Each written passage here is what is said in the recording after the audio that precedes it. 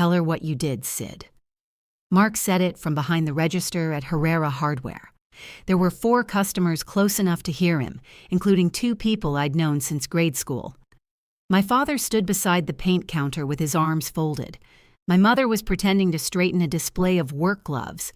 I had come in because Dad said there was a problem with the store's bookkeeping.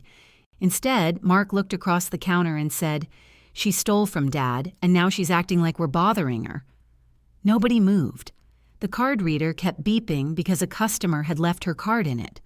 My name is Sydney Herrera, and I'm 35 years old. If you've ever been treated like the family backup until something went wrong, you'll understand why this hurt. Please like this video and subscribe. The customer pulled her card from the machine. She gave me a quick, uncomfortable smile, then picked up her bag and walked away. I looked at Mark. "What did you just say?" "You heard me. I want to hear you say it again." Dad stepped between us, though I hadn't moved toward Mark. "That's enough," he said. "We're not doing this in the store." Mark gave a little laugh. "She's the one who wanted to come here." "You called me," I said to Dad. He looked toward the front windows. Hope Street was busy that morning. People passed with coffee cups and shopping bags. Through the glass, I saw one of the departing customers stop beside a parked truck and speak to another man. She glanced back at the store while she talked. That was how fast things moved in Greenfield. "Office," Dad said. The office was really a narrow room behind the key-cutting station. It held 1 desk, 2 metal filing cabinets, an old microwave, and a folding chair nobody trusted. I went in first. Dad followed me. Mark came behind him, and Mom finally abandoned the gloves. Dad shut the door. It didn't close all the way unless you lifted it slightly, but he didn't bother. The gap left the store noise coming through. Dad placed a bank printout on the desk. One line had been marked with yellow highlighter, Young's Pharmacy, $1,600. I read it twice. "What is this?" I asked. Mom stared at me as if that question offended her. "It's the charge," she said. "I can see that. What does it have to do with me?" Mark leaned against the filing cabinet. "You used Dad's card at Young's for his prescription, and then $1,600 disappeared." I looked at Dad. "You think I bought $1,600 worth of something at a pharmacy? It was prepaid gift cards," he said. His voice was flat. That was the voice he used with suppliers when an invoice was overdue. I'd heard it many times. I just never heard him use it on me. "I picked up your prescription," I said. "You asked me to." "Nobody's arguing about the prescription," Mom said. "Then what are we arguing about?" Mark answered before either of them could. "You were the last person with his debit card." There it was. That was their whole case. 6 days earlier, Dad had called me at 5:10 while I was heating soup in my kitchen. He'd been at the store since 7 that morning, and his blood pressure prescription was waiting at Young's Pharmacy. The pharmacy closed at 7. He didn't want to leave Mark alone during the evening rush. "Could you grab it?" he asked. "Your mother's got her hair appointment." That detail stayed with me because Mom's hair appointment mattered enough to be protected, while my dinner did not. I drove to my parents' house on Maple Avenue. Dad had left his wallet inside the blue ceramic bowl near the front door. He told me over the phone to use his debit card and gave me the code. The prescription cost $14 and some change. Cassandra Young was working that evening. I knew her the way people in Greenfield know most business owners, by name, by sight, and through 100 short conversations that never became friendship. She handed me the pharmacy bag and said, "Tell Wade we finally got the refill schedule fixed." "I will." I paid with Dad's card, declined the paper receipt, and drove back to his house. Mom's car still wasn't there. Dad had asked me to put the prescription in the refrigerator because it needed to stay cold. I did that. Then I slid the debit card back into the wallet and returned the wallet to the blue bowl. I even sent Dad a text. "Prescription is in the refrigerator. Card is back in your wallet." He replied with a thumbs up. That was the last time I touched the card. Now, in the store office, I took out my phone and opened that message. "I returned it," I said. Dad knew I returned it. Dad barely looked at the screen. "You could have put it back later." "What does that mean?" "It means returning the card doesn't prove you didn't use it." I waited for him to hear himself. He didn't. Mom sat on the folding chair and held her purse in her lap. "Sydney, if you needed money, you could have asked us. I didn't need money. You don't have to be embarrassed." "I'm not embarrassed. I'm being accused." Mark shook his head. "This is exactly what you do. You turn every conversation into an argument over wording." I looked at him. "You told customers I stole from Dad. I said what happened. You weren't there. I know you had the card. So did Dad." "That's ridiculous." It wasn't a clever answer, but he said it with enough confidence that Mom nodded. Dad owned Herrera Hardware, but Mark had managed the store for almost 9 years. In our family, that made him the person who understood business. I handled payroll problems, corrected inventory entries, covered supplier calls, and rebuilt the monthly spreadsheets whenever Mark deleted a formula. None of that counted as understanding business. It counted as helping. Mark was 40 and still described as the future of the store. I was 35 and described as good with details. That difference had followed us for most of our lives. If Mark forgot something, he had a lot on his plate. If I forgot something, Dad said he needed to know whether he could rely on me. When Mark left the store early, he was networking. When I spent a Sunday fixing a sales tax entry, I was doing a favor for family. 5 years earlier, the store had needed a seasonal credit line. Dad wanted extra inventory for spring, but the bank required another personal guarantor. Mark's finances didn't qualify. Dad and Mom had come to my house with takeout and the paperwork. "It's only for 1 year," Dad said. Then it became an annual thing. Every April, Harbor Community Bank sent a renewal packet. I signed, and the store kept access to $30,000 for larger supplier orders. I had never drawn money from the line. I didn't own part of the store. I didn't receive a salary. I carried the risk because Dad said the store would someday support the whole family. The newest packet was sitting in my home office that morning. I had opened the envelope, checked the deadline, and placed it beside my printer. The renewal was due at noon on April 30th. Dad had already reminded me twice. That packet felt ordinary then. It was just one more family task waiting for my signature. In the office, Dad tapped the highlighted charge. "The bank said it went through at 6:48, he said. I looked at him. "The night I picked up the prescription?" "Yes." That stopped me. I had paid shortly after 6. I remembered because I'd checked the pharmacy clock while Cassandra found Dad's bag. I was back at my parents' house before 6:30. I'd sent Dad the text from their front hall at 6:26. I opened the message again. "Here," I said. I returned the card at 6:26. Mark pushed away from the filing cabinet. "Or that's when you said you returned it." "How would I buy gift cards at 6:48 if I'd already left the pharmacy? You could have gone back." "I didn't." Mom rubbed the handles of her purse together. "Can we stop going in circles?" I turned to Dad.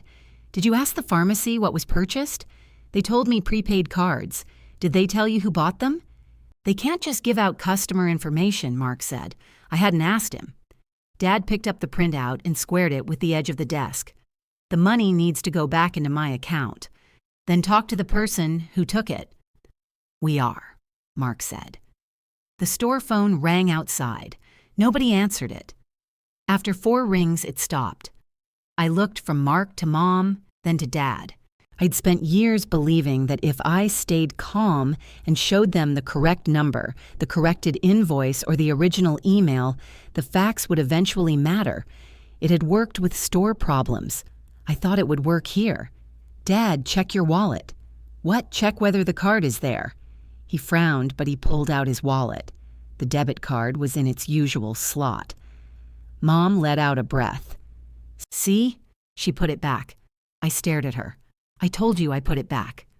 Mark crossed his arms. "That doesn't change the charge." "No, but it means whoever used it returned it."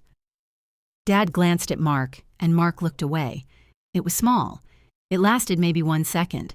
At first I thought Mark was just annoyed. Later, I understood why that glance mattered. Dad put the card back into his wallet. "You need to make this right," he said. "I didn't take your money. You were the last person we know had the card. Then you don't know enough." Mom stood up. "Please don't make this uglier." I gave a short laugh. I couldn't help it. "Mark just announced to the store that I stole from Dad. He's upset," she said. "So am I." "Yes, but you handle things better." That sentence explained most of my relationship with my family. Mark was allowed to cause damage because I was better at cleaning it up.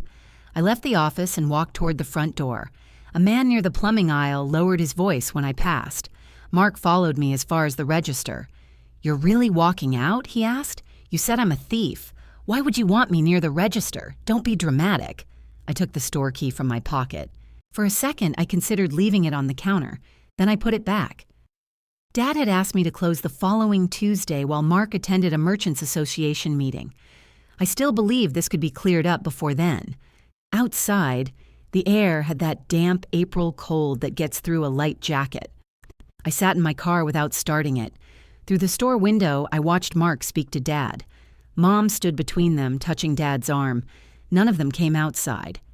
I called the number on the back of Dad's bank printout, then stopped before the call connected. It wasn't my account. The bank wouldn't tell me anything useful. Instead, I called Dad. He answered after several rings. "What now?"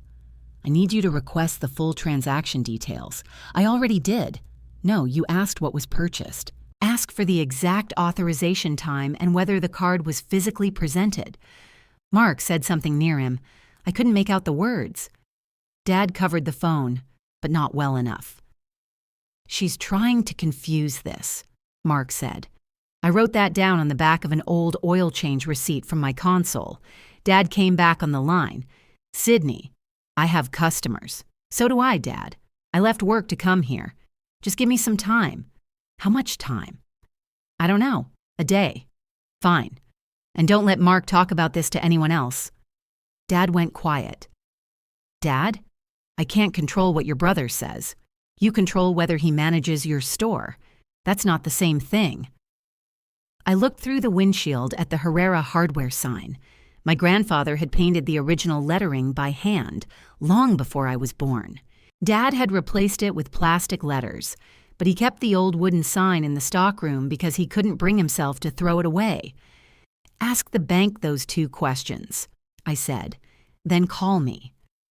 I hung up before he could assign me another task. On my way home, I stopped at Young's Pharmacy. Cassandra wasn't at the counter. A pharmacy technician asked whether I needed a prescription. "No," I said. "I picked one up for my father last Tuesday, and I need a copy of the receipt." She searched by Wade's name and printed it. The time at the top was 6:12, $14.38. I folded the receipt and placed it in my wallet. It didn't prove who made the later purchase, but it proved the $1,600 charge wasn't mine. When I reached home, the guarantee packet was still beside my printer. I moved it into the top drawer of my desk and locked the drawer. Then I took out the pharmacy receipt, set it under the lamp, and called Dad again. "I have the receipt," I said when he answered. Dad was still in the office. I could hear the old ceiling fan clicking above him. It says I paid at 6:12. The prescription was $14.38. That doesn't account for the other charge. It shows they were separate purchases. I never said they weren't. I held the phone away from my face for a second. "Did you call the bank?" "Yes." "And?" He cleared his throat. "They said the card was present." "What exactly does that mean?" "It wasn't an online transaction. Someone used the physical card at the register." That was the first useful answer I'd gotten all day. I looked at the receipt under my desk lamp. "So the card was used at 6:48, after I returned it to your wallet. You keep saying that like it settles everything. It establishes where the card was. It establishes where you said the card was." I heard Mark in the background again. "Ask her why she went back." Dad repeated it. "Why did you go back?" "I didn't." "Then how was the card there? That's what you should be trying to find out." Mom said something farther from the phone. Dad answered her, then came back to me. "Your mother wants everyone to come over tomorrow evening." "For what?" "To talk without customers around. There shouldn't have been customers around today." He let that pass. I opened the top drawer and checked the guarantee packet. It was still where I'd put it. "Did Mark tell you why he's so sure I went back?" "He's putting things together." "Based on what?" "Based on common sense." Common sense says somebody took the card after 6:26. Common sense says you were the person using it that night. There was nothing uncertain in his voice. He wasn't asking whether I had done it. He was waiting for me to become the version of me he had already chosen. Then he said, "Before you go, can you look at the March inventory report? The gross margin is wrong again. I thought I'd misheard him. You're accusing me of stealing from you. This is separate." "No, it isn't. The report has to go to the bank on Monday. Have Mark fix it. He's got the floor to manage, and I have my own job. You're already at your computer." That was how Dad asked for help. He took whatever I was doing and reduced it until his request sounded reasonable. If I was home, I was already at my computer. If I was at the store, I was already there. If it was Sunday, I wasn't working anyway. I said, "Send it to Mark, Sydney. I'll come tomorrow at 6. I'm not fixing the report tonight." Dad went silent. It was the first time that day I heard surprise from him. "Fine," he said. "Tomorrow at 6. He hung up without saying goodbye. I stayed at my desk. The pharmacy receipt sat beside my keyboard. The bank packet was locked in the drawer. My store key hung from my key ring near the front door. Those 3 things belonged to 3 different versions of my place in the family. The receipt said I was the daughter who ran errands. The packet said I was responsible enough to risk my own credit. The key said I was trusted to enter the store after hours. According to Mark, I was also a thief. At 8:15, my phone buzzed with an email from Dad. The subject line said March numbers. He had attached the inventory spreadsheet. I didn't open it. At 8:27, he sent another message, "Need by Monday morning." At 8:32, Mom called. "Your father says you won't help him." I said I wouldn't fix it tonight. He's under a lot of stress. "So am I." "You're younger." I closed my eyes. What does that have to do with anything? You recover faster. Your father doesn't sleep when the store has problems. The store has a manager. Mark is trying. He's been trying for 9 years. She sighed. There's no need to take a cheap shot. I walked into the kitchen and filled a glass with water. "Did you hear what Mark said in front of those customers?" I heard. And that wasn't a cheap shot. That was different. "He believes you took the money, do you?" She didn't answer immediately. I watched a drop of water slide down the outside of the glass. "I believe there's an explanation," she said. "That isn't what I asked. I don't want to say something I'll regret. You already sat there while Dad demanded the money from me. He didn't demand it. He said it needed to be replaced. By me. Temporarily." That word made me set the glass down. What does temporarily mean? You replace it so your father isn't short. Then everyone figures out what happened, and if everyone decides I did it, you can't think that way. I'm asking what happens to my money. This family has always taken care of you. I looked around my kitchen. I had bought the house myself. I paid the mortgage myself. Mom had helped me choose the curtains, and Dad had installed shelves in the garage. In her mind, those things had become proof that the family supported me. "What exactly are you asking me to do?" I said. "Bring a check tomorrow." "I'm not bringing a check. It would calm your father down. It would look like an admission. Only if you make it one." I almost laughed again, but I was too tired. Mom lowered her voice. "Your brother thinks you're jealous because your father plans to leave him the store."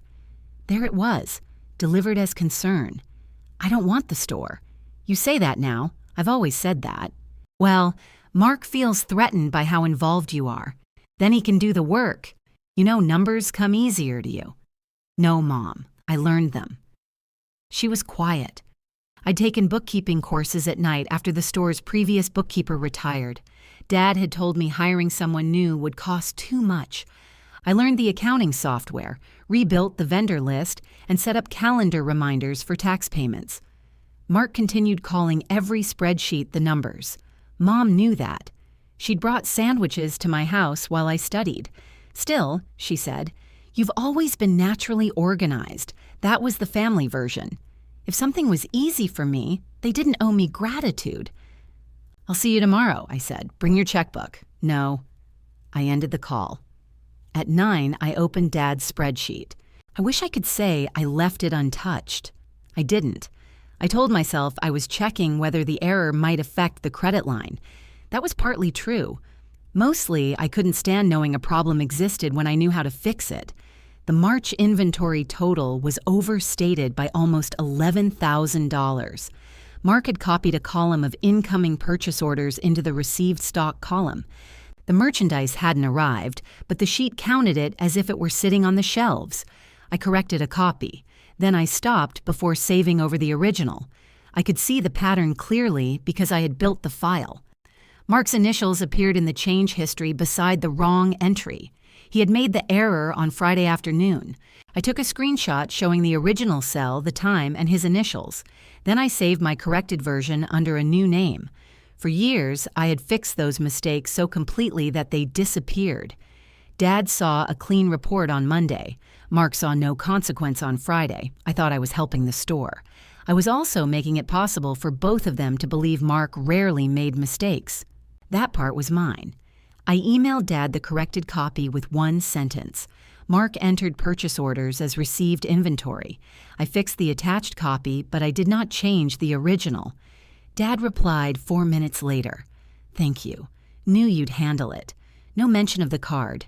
No acknowledgement that I had just repaired another mistake by the person accusing me. The next evening, I arrived at my parents' house at 6. Dad's wallet was in the blue bowl. I noticed it as soon as I stepped inside. Mom had made pot roast. She always cooked a full meal when she wanted a conversation to feel less serious than it was. The table was set with the white plates she usually saved for holidays. Mark was already sitting in his usual chair with a beer. "Nice of you to come," he said. I took the chair across from him. "Dad asked me to. Mom carried in the pot roast. Can we eat first?" "No," I said. She stopped with the serving dish in her hands. Dad looked at me from the head of the table. "Your mother worked on this all afternoon, and it'll still be warm in 10 minutes. Mark leaned back. "Everything has to happen on your schedule." I put the pharmacy receipt on the table. My prescription purchase was at 6:12. The gift card purchase was at 6:48. Dad confirmed the physical card was used. Dad glanced at the receipt. Mark didn't. Mom set down the serving dish. "We know the times. Then you know these were two separate transactions." "Nobody disputed that," Mark said. I turned to him. "How did you know they were gift cards?" Dad answered. "The bank told us." I asked Mark. Mark reached for his beer. "Dad told me." "When? Does it matter?" "It matters because you announced it before Dad showed me the printout." He took a drink. We'd already talked. Dad unfolded his napkin. "I called Mark first because he was at the store." That explained how Mark knew the amount and what had been purchased. It didn't explain why he had jumped straight from my prescription pickup to theft. "What time did you call him?" I asked. Dad's expression tightened. "I didn't write it down." "Before or after you called the bank?" "After." "And what did Mark say?" Mark answered for him. "I said you had the card. Anything else?" "I don't remember every word. You remembered enough to tell customers." Mom sat down. "This is what I was afraid of. We're interrogating each other. I'm asking basic questions. You're making your father feel like he did something wrong. He accused the wrong person." Dad put both hands on the table. "You were the last acknowledged person with the card. That's a fact." "Acknowledged by whom?" "What?" "If someone else took it, they wouldn't announce it first." Mark smiled. "That's convenient. So is blaming the one person who told Dad she used it." His smile faded. Mom began serving food anyway. She put slices of pot roast on Dad's plate, then Mark's. When she reached me, I covered my plate with my hand. "I'm not hungry." "You always like this." "I'm not staying for dinner." Dad said, "Then why did you come?" "Because I thought you wanted to find out what happened." "We want the money replaced," he said. Mark cut into his food. "There's a simple solution." I waited. "Pay Dad back," he said. "Then, if you're telling the truth, sort it out with the pharmacy. You want me to prove I didn't make a purchase you say I made. That's generally how evidence works." "No. The person making the accusation needs some." He looked at Dad. "See what I mean? She's going to drag this out." Dad nodded slowly. That nod hurt more than Mark's words. Dad had watched me spend years keeping his store records clean. He had trusted my name on a bank obligation worth far more than the missing money. Now Mark gave him one sentence, and Dad treated it like sound advice. I pushed back my chair. Mom's serving fork struck the edge of the dish. "Sydney, sit down. I have one more question." Dad looked tired already, though I had been there less than 15 minutes. "Did you ask Young's Pharmacy whether they have cameras at the register?" Mark's fork stopped. It was slight, but I saw it. Dad said, "No." "Why not?" "Because I wanted to talk to you first. You talked to Mark first. That's not the point. It is to me." I picked up my receipt. Mom followed me to the front hall. "If you leave now, your father will think you don't care what this does to him." I put on my coat. "I care enough to find the right person. You always have to be right." "No. I've spent years making sure Mark never had to be wrong." Her mouth opened, but nothing came out. I took my key ring from my purse. The hardware store key caught the light from the hall fixture. I had driven over expecting to defend my place in the family. Standing beside Dad's wallet, I finally saw what that place required. I had to stay useful, even while they doubted me. I walked outside, sat in my car, and searched for Young's Pharmacy's opening time. Then I set an alarm for 8 the next morning. It went off while I was already awake. I dressed, made coffee, and arrived at the pharmacy 10 minutes after it opened. The front windows still had condensation along the bottom. Inside, someone was restocking shampoo, while Cassandra checked a delivery tray behind the prescription counter. She saw me waiting and came over. "Did your father have a problem with the medication?" "No, I need to ask about another transaction from that night." Her expression changed just enough to tell me she'd already heard something. "What kind of transaction?" "Prepaid gift cards, $1,600. She glanced toward the front registers. "Come over here." She led me to the side consultation window.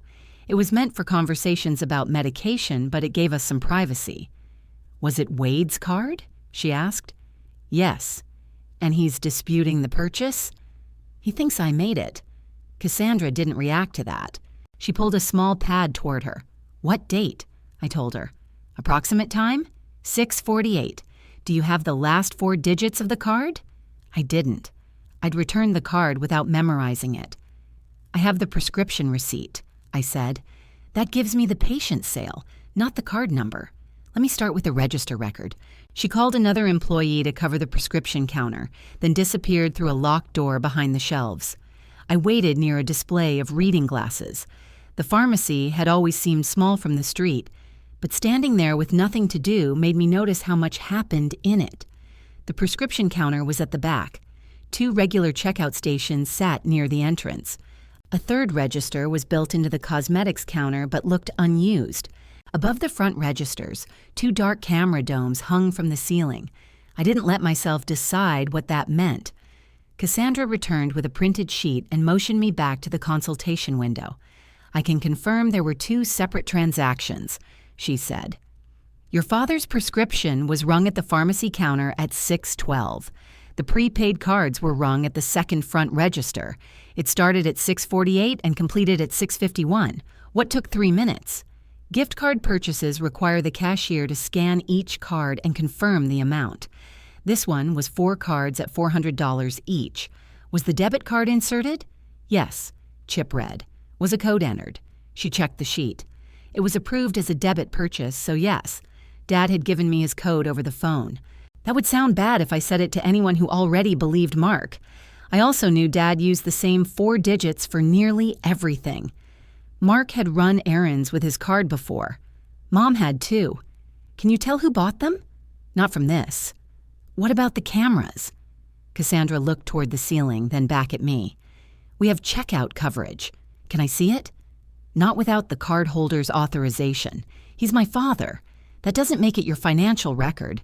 I'm not asking for anyone else's information. You're asking me to identify a customer in a transaction tied to his card. I need Wade to authorize that. She wasn't rude. She said it the same way she might explain why a prescription couldn't be released early. What does he need to do? I have a form. He can come in with identification, or he can sign it in front of a notary. Can you at least make sure the recording isn't deleted? Our system keeps routine footage for 30 days. This transaction is already more than a week old. I looked at the camera again. Can you preserve that section? If Wade reports the card use as disputed, I can flag the relevant period in our archive. That doesn't mean I can release it to you. Please flag it. I need a written request. From him? For release, yes.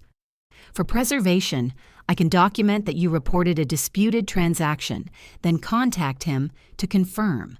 That was more than I'd had when I walked in. Cassandra printed a one-page authorization form. She circled the line for the cardholder's signature and wrote the transaction date at the top. "I'll preserve the period from 6:30 to 7, she said. "That protects the record while he decides." "Thank you." "Don't thank me yet. I'm preserving footage, not telling you what's on it." "I understand." She folded the register printout in half, but didn't hand it to me. "Can I get a copy of that?" "Wade can." I put the authorization form into my bag. As I turned to leave, Cassandra said, "Sydney." I stopped. "Mark was in here yesterday." My hand tightened around the strap of my bag. "Why?" "He asked our cashier whether prepaid gift cards could be returned." "Did he have the cards?" "Not that I saw." "What did the cashier tell him?" "They're non-refundable once activated." "Did he say why he was asking?" "No." "He left after that. That was useful, but it wasn't proof. Mark worked retail. He could say he was asking for Dad. He could say he was curious. Mark always had an explanation ready before anyone finished the question. Does Dad know he came in? I don't know." Cassandra went back behind the counter. Outside, I stood beside my car and called Dad. He didn't answer. I left a message asking him to call me before noon. Then I drove to work. I handled billing for a commercial landscaping company in Northampton. It was the kind of job where nobody cared who my father was as long as vendor payments went out on Thursday and the insurance certificate stayed current. I liked that. I liked having a desk where every problem actually belonged to me. At 10:30, the receptionist transferred a call from a man who supplied lumber to Herrera Hardware. "I thought you worked over there," he said. "I help with their books." "What do you need?" "Mark said I should confirm the spring order with you." "Why?" "He said there was some question about whether you'd still be involved financially." I sat straighter. "What exactly did he say?" There was a pause. "He said you'd taken money from Wade and the family was sorting it out." The office around me kept moving. A printer started behind the partition. Someone opened the refrigerator in the break room. I stared at the calendar on my monitor. Who else was there when he said that? A couple of people from the association. We were having coffee after the planning meeting. When was this? Yesterday morning. That meant Mark had repeated it after Dad asked for one day. He hadn't been upset in the moment. He'd gone to a meeting and told business owners. The supplier cleared his throat. "I'm not trying to get involved. You called me. Because your name's on the credit paperwork, and the order is larger than last year." "How much larger?" "About 18,000. I hadn't seen an order for that amount." "Don't confirm anything through me," I said. "Talk directly to Dad." That's what I thought. "And if anyone asks, I haven't approved or reviewed a spring expansion order." "I understand." After we hung up, I opened the store's shared accounting folder. My access still worked. There was a draft purchase order dated 3 days earlier. Mark had increased the seasonal inventory order by almost $18,000. He'd added outdoor power equipment and a new line of premium grills. The notes said the order would be paid from the Harbor Community Bank credit line. My guarantee packet was due in less than 3 weeks. Mark had expanded the order before I signed the renewal. He had treated my signature like inventory already on the shelf. I downloaded a copy of the draft and logged out. That was the wider problem. Dad and Mark weren't only expecting me to replace the missing money. They were already making store decisions based on my continued financial support. Dad called at 11:47. "What did you need before noon?" I went to the pharmacy. He exhaled sharply. "Why are you involving them?" "The money was spent there." "You're making this public." "Mark already made it public." He told people at an association meeting. Who told you that? It doesn't matter. It matters if someone is trying to stir things up. Dad, Mark, is the one stirring it up. He's worried about the store's reputation. Then accusing the store's guarantor of theft was an odd choice. Dad went quiet. I continued before he could change the subject. The pharmacy confirmed the gift cards were purchased separately at a front register.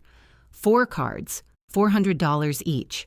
The physical debit card was used, and someone entered the code. You knew the code. So did Mark. Don't start. Did you know he went to the pharmacy yesterday and asked whether the gift cards could be returned? Another silence. This one was different.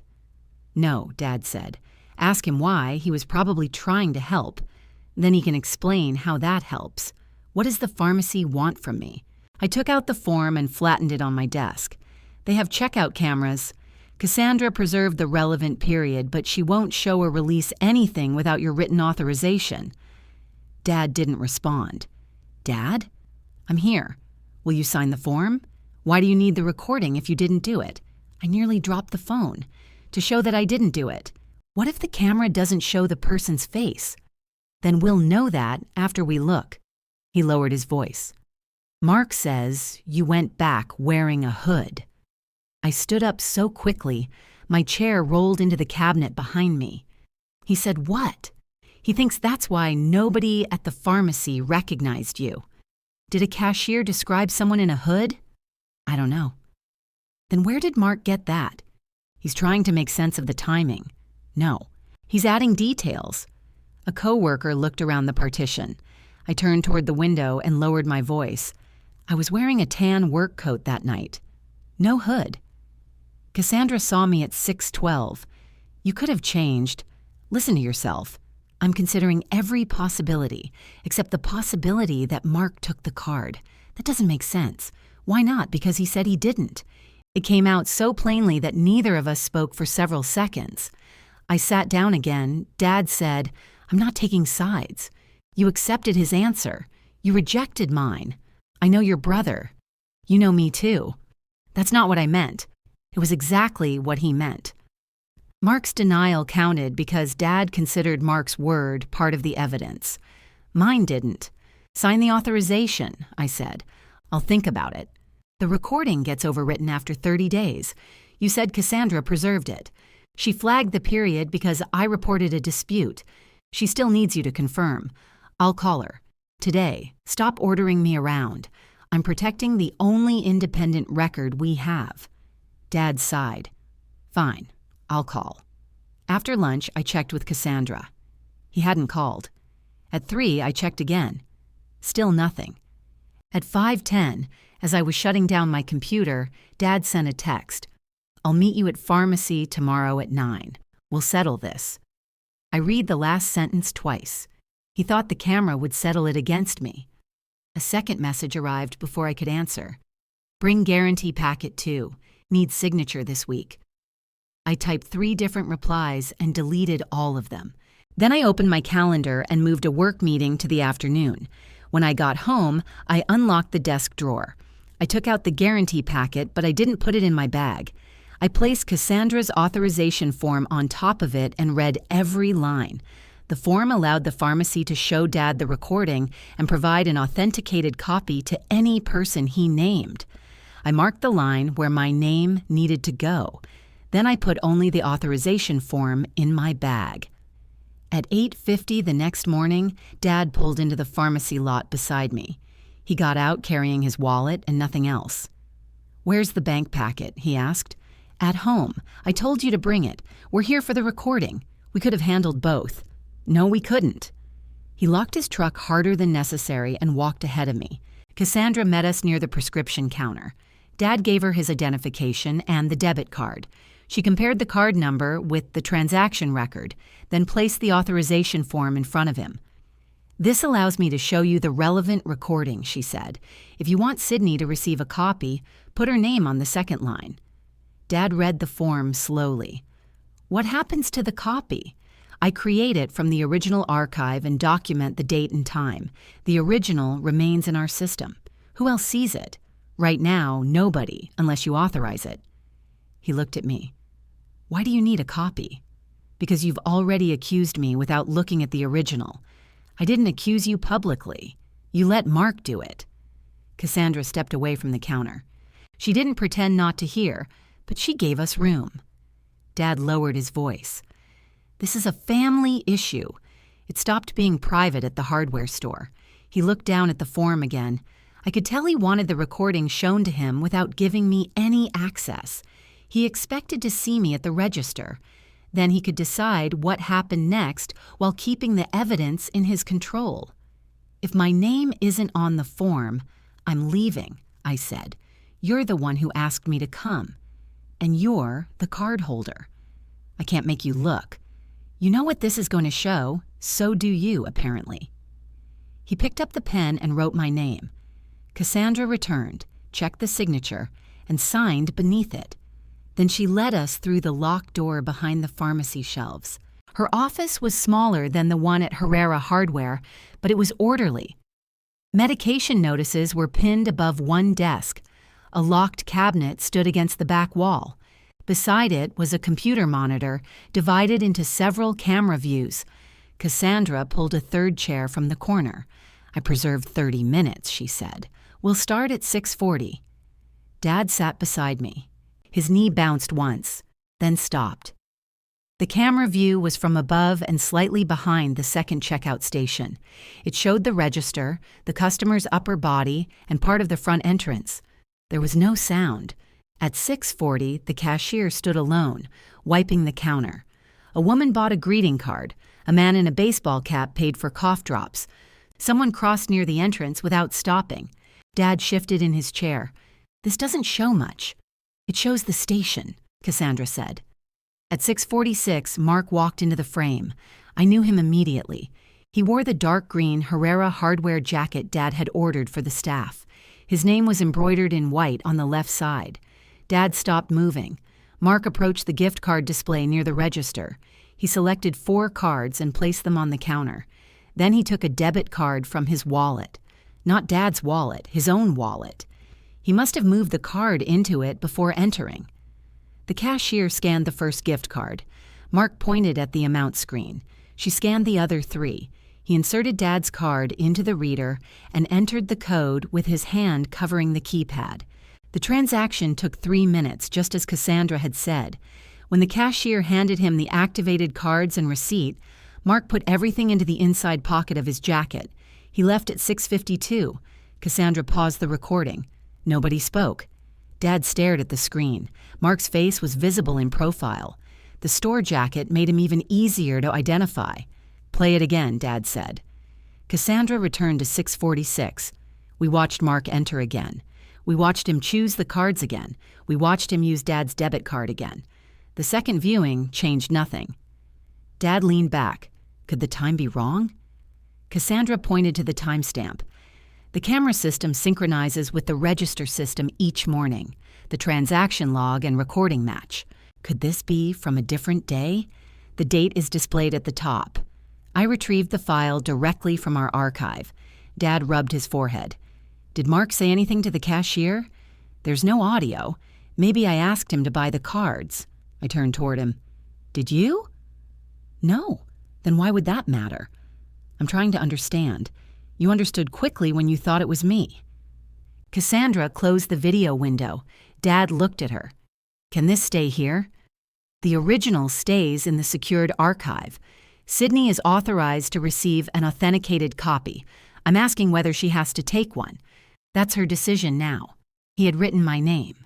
One ordinary line had moved the choice out of his hands. I want the copy, I said. Cassandra nodded.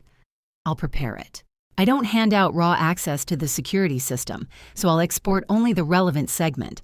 I'll include a brief statement identifying the camera, register, date, and archive source. How long? I asked. Tomorrow afternoon. Dad stood. There's no reason to make this formal. I stayed seated. Mark told a supplier I took your money. That can be corrected. When? I need to talk to him first. You talked to me in front of customers. That wasn't planned. Mark planned what he said at the association meeting. Dad looked at Cassandra, embarrassed now that someone outside the family could hear us. Can we discuss this somewhere else? I followed him into the parking lot. The morning had warmed, but he zipped his jacket anyway. He walked to his truck, then turned around. Don't do anything with that recording until I talk to your brother. What do you think I'm going to do? I don't know. You're angry. I was angry yesterday. Today, I'm documented. He looked toward the pharmacy doors. Mark needs a chance to explain. What explanation changes what we just watched? He may have intended to pay it back. He accused me instead. That could have been panic. So panic counts as a defense for him? I didn't say that. You're already building one. Dad took out his keys. Your mother doesn't need to hear about this over the phone. She needs to see it. I'll tell her. No. She watched you accuse me. She can watch the recording. Don't turn this into a performance. I want her to know the truth. She will. When? He looked at his watch. Come over tonight. Will Mark be there? No. Don't tell him about the recording. Dad's head came up. I'm not lying to my own son. I'm not asking you to lie. I'm asking you to let Mom see it before Mark gives both of you an explanation. That's manipulative. It's 10 hours. He manages my store. I can't avoid him all day. You can avoid discussing the recording. Dad opened his truck door. What about the $1,600? I asked. I'll handle it. Does that mean Mark is paying you back? I said I'll handle it. And the people he told? We'll talk tonight. He climbed into the truck and shut the door. I stood there until he drove away. At work, I kept checking my phone. Dad didn't call. Mom didn't call.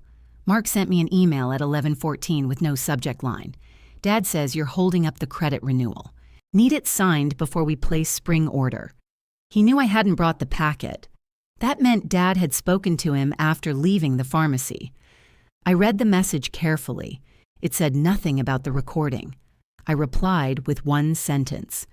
Do not place an order that depends on my guarantee. Mark answered less than a minute later. Too late. Already committed based on annual renewal. I called the supplier from the day before. Has the spring expansion order been finalized? I asked. We have the purchase order, but shipment isn't scheduled until the credit terms are confirmed. Who signed it? Mark. Did he tell you I renewed the guarantee? He said it was routine. It isn't renewed. The supplier went quiet.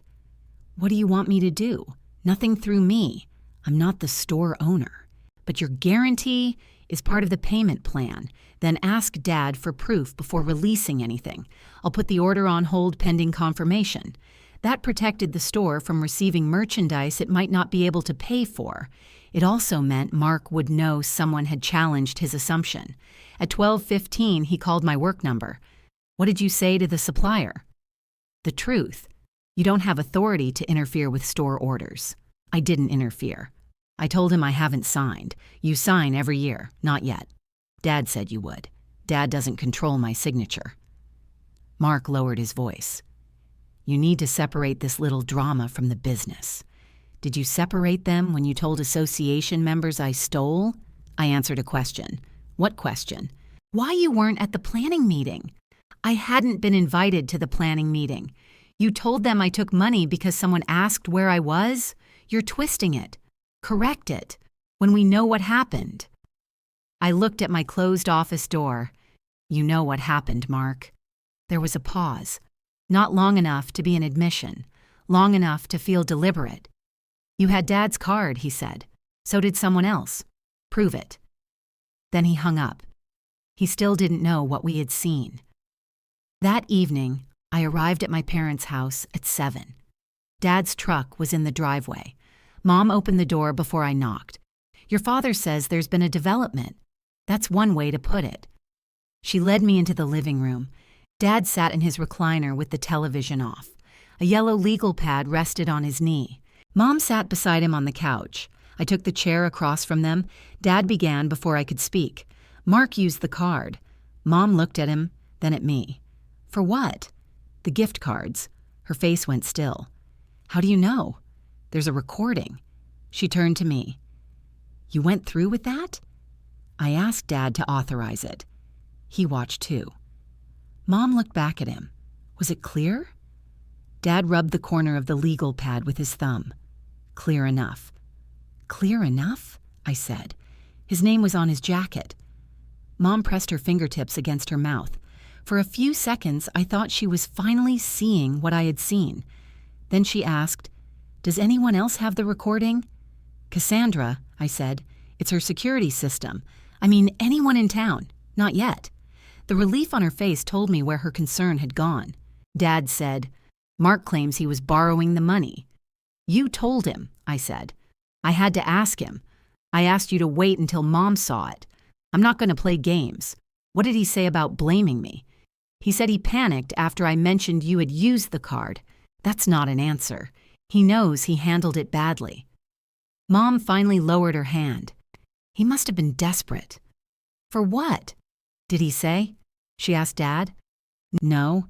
I leaned forward. "When is he paying you back?" Dad looked at the legal pad. "He doesn't have all of it right now." "What happened to the gift cards?" "He used some. He still has 2. "For what?"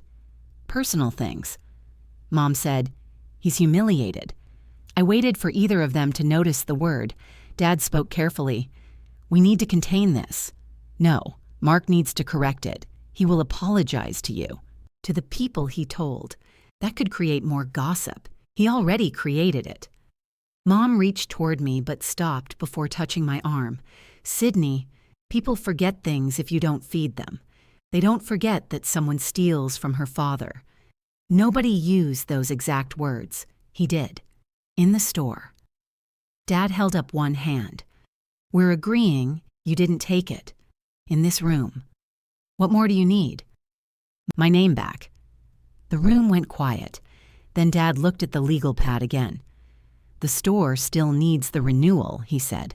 "The bank deadline is April 30th. If you sign this week, we can stabilize the supplier order, and Mark can repay me from his next few checks."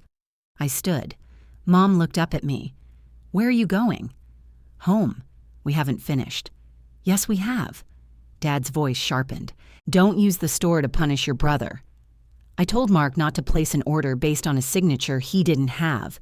This affects all of us. The accusation affected me, and now we know the truth. You know it. The people he told don't. Dad set the legal pad on the table. "What are you saying?" "I'm saying I won't do more store work while Mark's lie is still standing. I won't fix reports close on Tuesday or speak to suppliers for him." Mom rose from the couch. "You can't abandon your father over one mistake. I'm not abandoning him.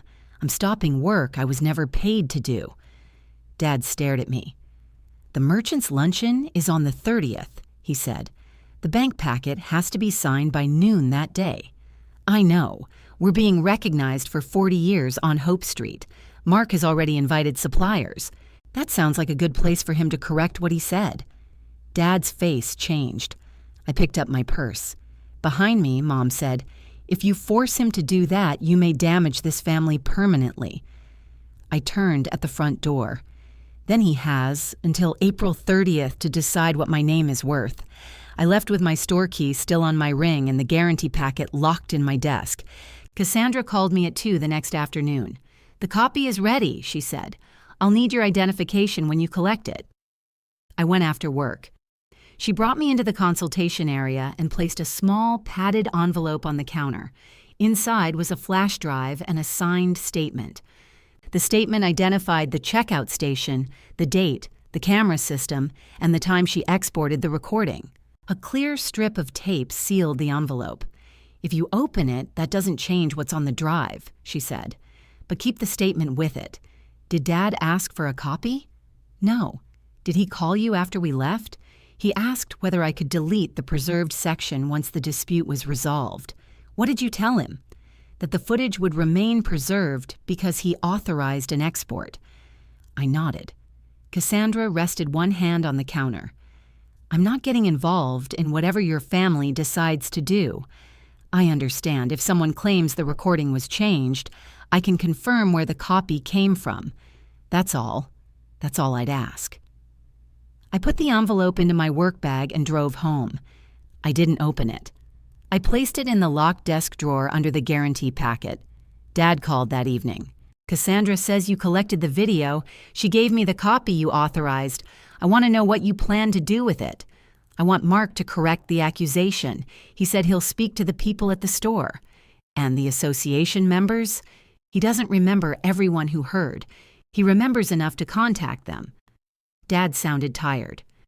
You're asking him to announce that he took money from his father. I'm asking him to announce that I didn't. He can do that without explaining every private detail. Fine. He can say he made a false accusation and I didn't use your card for the gift cards. That wording makes him sound dishonest. He was dishonest. He panicked. Dad, he bought the cards before you knew about the charge. Blaming me wasn't part of the purchase. It was a choice he made afterward. Dad didn't answer. Has he paid anything back? I asked. He returned the 2 unused cards. That isn't money in your account. I'm dealing with it. When is he correcting the lie? We'll discuss it as a family. We did. You issued demands and walked out. I asked for one thing. You tied the store's future to it. No. You and Mark tied the store to my signature. He let out a sharp breath. The spring season covers the slow months. We need that order. Then use store cash. That would leave us exposed. I looked at the locked drawer. So your solution is to leave me exposed instead. That's not fair. Neither was the office at the store. He hung up. The next day was Tuesday, the night Dad had expected me to close. At 4:30, my phone buzzed with a message from Mom. Your father says you're really not coming, I replied. That's correct. She called immediately. Mark has an association dinner, she said. Your father needs to meet the supplier. You can close. I don't know the new register process. The instructions are under the counter.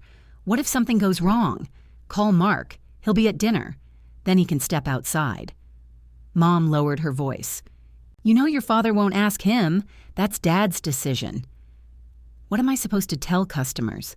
That the store closes at 7? You're enjoying this. I looked at the stack of invoices on my desk at work. No, I'm doing my own job. She hung up without saying goodbye. At 7:15, Mom sent another message. Closed. Register balanced. I read it twice. Nothing had collapsed. Dad hadn't lost the store. Mom had followed the instructions, counted the drawer, and locked the doors. I replied, Good. She didn't answer. At 8, Mark emailed me. Hope you're happy. Mom had to close alone. I started to type that Mom had worked at the store since before either of us was born. I deleted it. Mark knew. The point wasn't whether she could close. The point was that my refusal had made someone else do it. I didn't reply. The next pressure came Thursday evening. Mom arrived at my house carrying the gray payroll binder from the store. She stood on the front step, holding it against her chest. Your father doesn't know I'm here, she said. I let her inside. She put the binder on my kitchen table. Several loose pages stuck out at odd angles. Payroll has to be submitted tonight. It has to be submitted by 10 tomorrow morning. Then why did you always do it Thursday? So I had time to correct missing information. She opened the binder. Mark said, Everything's in here. Did he approve the hours? He said he did. I flipped to the approval sheet. The signature line was empty. He didn't. Mom pulled out her phone. I'll call him. Mark answered on speaker. What? He said. I need you to approve the hours. I already did. Sydney says you didn't. There was a pause. Why are you at her house? Because payroll is due. She knows how to do it. I said, the approval sheet is blank. Then write my name. No, you've done it before. I've entered hours after you emailed approval. I've never signed for you. Same difference. It isn't. Mom picked up a pen. Can you just send an email? Mark sighed. Fine. His email arrived a minute later. It said he approved the attached hours, but there was no attachment. I pointed that out. Mom said, Mark, which timesheet are you approving? The one in the binder. There are 3, I said. Why are you making this difficult? I'm not submitting anything. Mom looked at me. You said you'd help. No, you brought the binder here. Mark laughed once through the phone. There it is. She wants everyone begging. I closed the binder. I'm going to tell Mom where the payroll instructions are. She can submit it. You need to approve the correct timesheet. You don't get to order me around. Then the employees can wait while you argue." Mom said his name quietly. A few seconds later, another email arrived. This one had the correct timesheet attached. "Got it," Mom said. Mark ended the call. I went to my home office and brought back a printed copy of the payroll instructions I'd written 2 years earlier. Mom stared at the first page. There are 6 pages. Most of it is screenshots. "Can't you just do it this once?" That's what Dad said the first year. This is different. It's the same login, the same process, and the same deadline.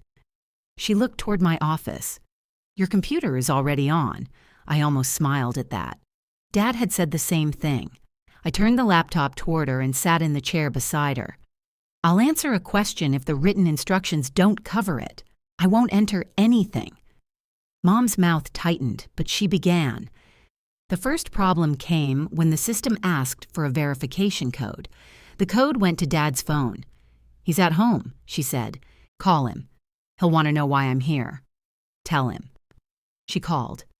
Dad complained for several minutes, then read her the code. Mom entered the employee hours. She checked the totals against the approved sheet. When one total didn't match, she found that Mark had written a 7 that looked like a 1. She called him again and made him confirm it. By 9:20, she reached the final screen. "It says, 'Submit,'" she said. "Yes, and then it's done? After you download the confirmation." She clicked the button. The system processed for several seconds, then displayed a confirmation number. Mom sat back. "That's it?" "That's it." She downloaded the confirmation and wrote the number in the binder. For years, she'd acted as if payroll required some special ability only I had. It required patience, a password, and 6 pages of instructions. She closed the laptop. "Your father could have done that." "Yes." "Mark could have done it." "Yes." Her fingers stayed on the payroll binder. "Then why did you?" "Because you all asked." "No, I mean, every week." I didn't answer immediately. The honest answer wasn't flattering. I liked being the one Dad called when something mattered. Mark got the title, the desk, and the future of the store. I got problems only I could solve. I had treated that as respect because it was the closest thing I received. I thought being needed meant I belonged, I said. Mom looked down. "That's not what we intended. It's what we built." She stood and gathered the loose pages. I helped her put them in the correct sections, but I didn't carry the binder to her car. At the door, she said, "Mark told more people." I stopped. "Who?" "I don't know exactly." "Your father heard it from someone at the association." "What did Mark say?" "That you took the money and then threatened the store when he confronted you." "He knows that isn't true." "Yes." It was the first time Mom had said that without softening it. Did Dad tell him to correct it? He told him to stop discussing it. "That's not a correction." "I know." The words came out quietly. Mom opened the door, then turned back. "The association is finalizing the luncheon program. Mark put your name beside the credit renewal presentation." "What presentation?" "He wants your father to thank you publicly before you sign. He thinks it will show everyone the family is fine." I stared at her. "Dad agreed to that?" "He thinks it will quiet the rumors. By putting a pen in my hand in front of the same people Mark lied to." Mom shifted the binder against her hip. "Your father believes you won't embarrass him in public." There was no accusation in her voice. That made it worse. "Why are you telling me?" "Because after tonight, I can't say we're helpless without you." She left before I could answer. The next morning, an email arrived from the Greenfield Merchants Association. The luncheon agenda was attached.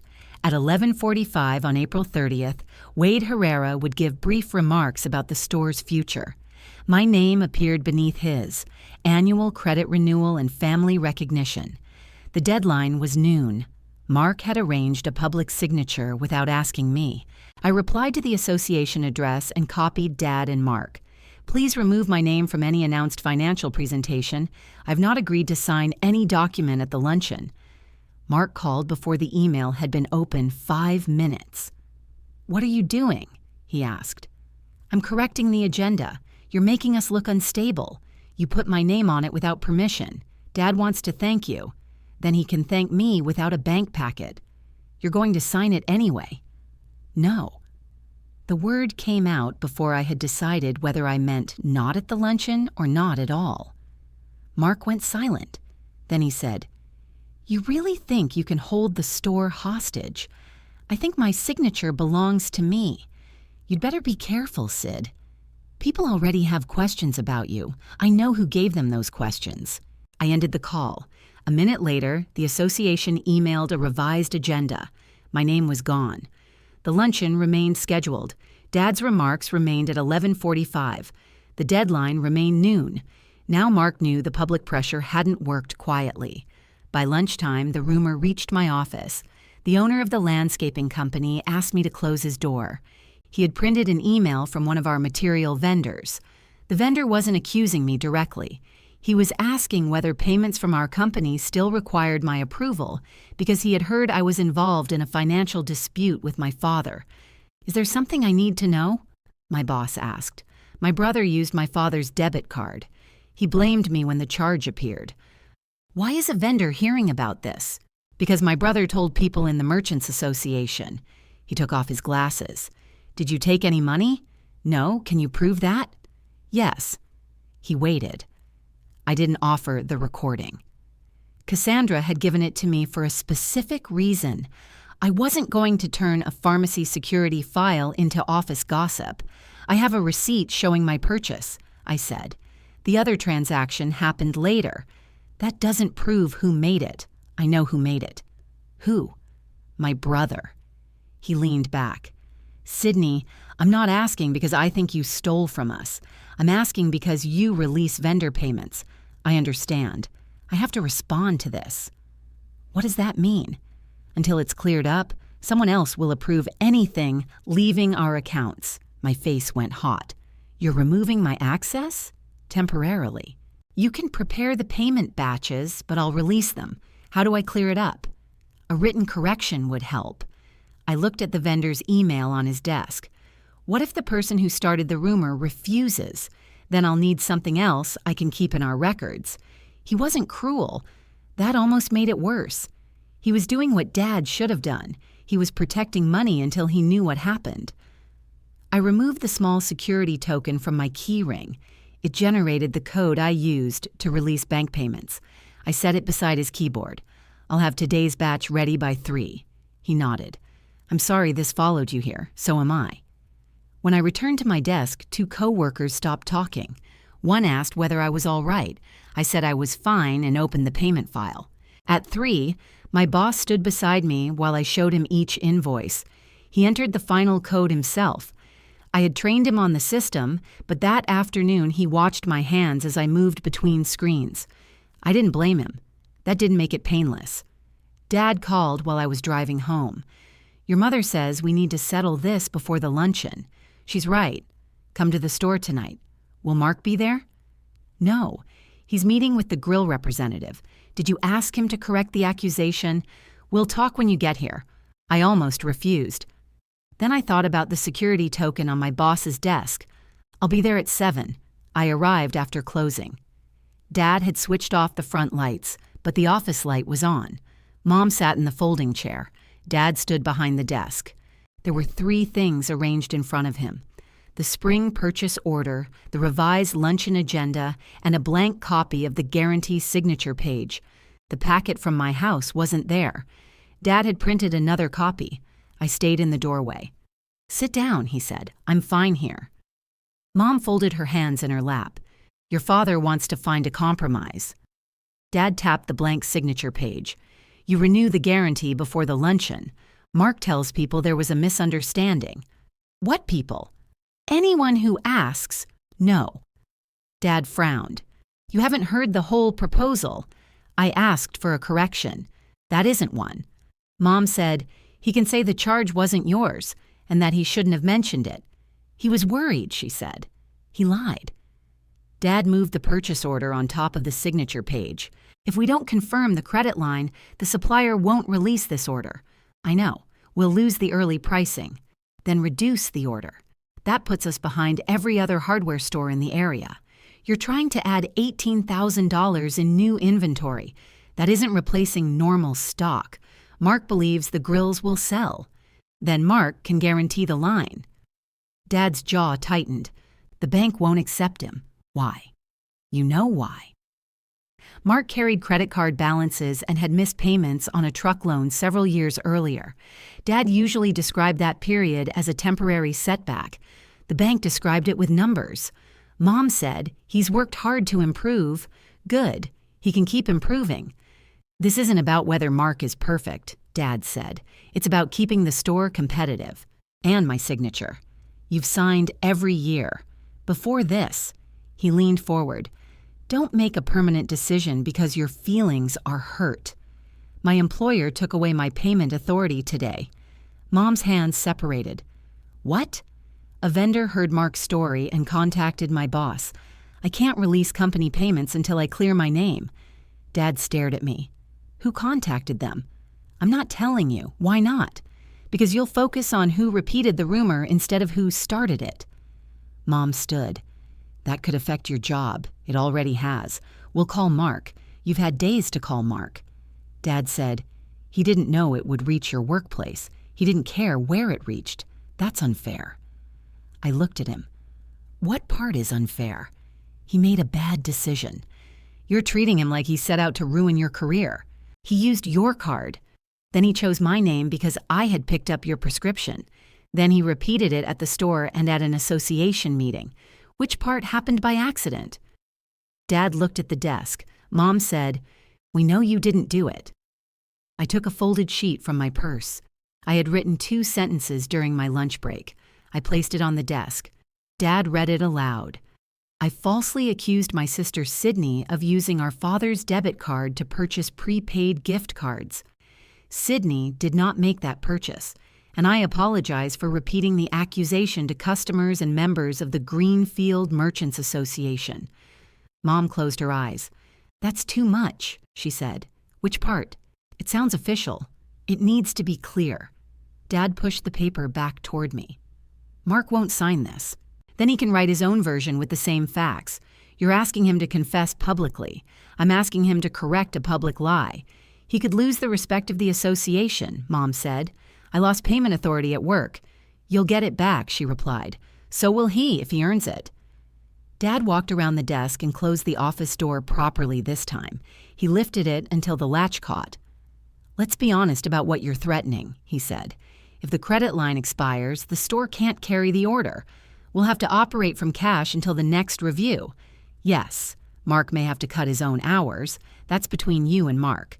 Your mother and I may have to cover more shifts. You own the store. Mom's face changed. After everything your father built, you can stand there and let it shrink? I didn't place the order. You know what I mean. I did. They had brought me into that office because they believed my sense of duty would do what evidence hadn't.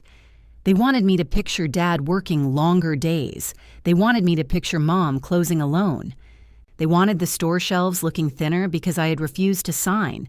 They were showing me the cost in advance so I would volunteer to pay it. Dad said, "Give me the recording." No, we don't need it hanging over Mark's head. It's the reason you stopped accusing me.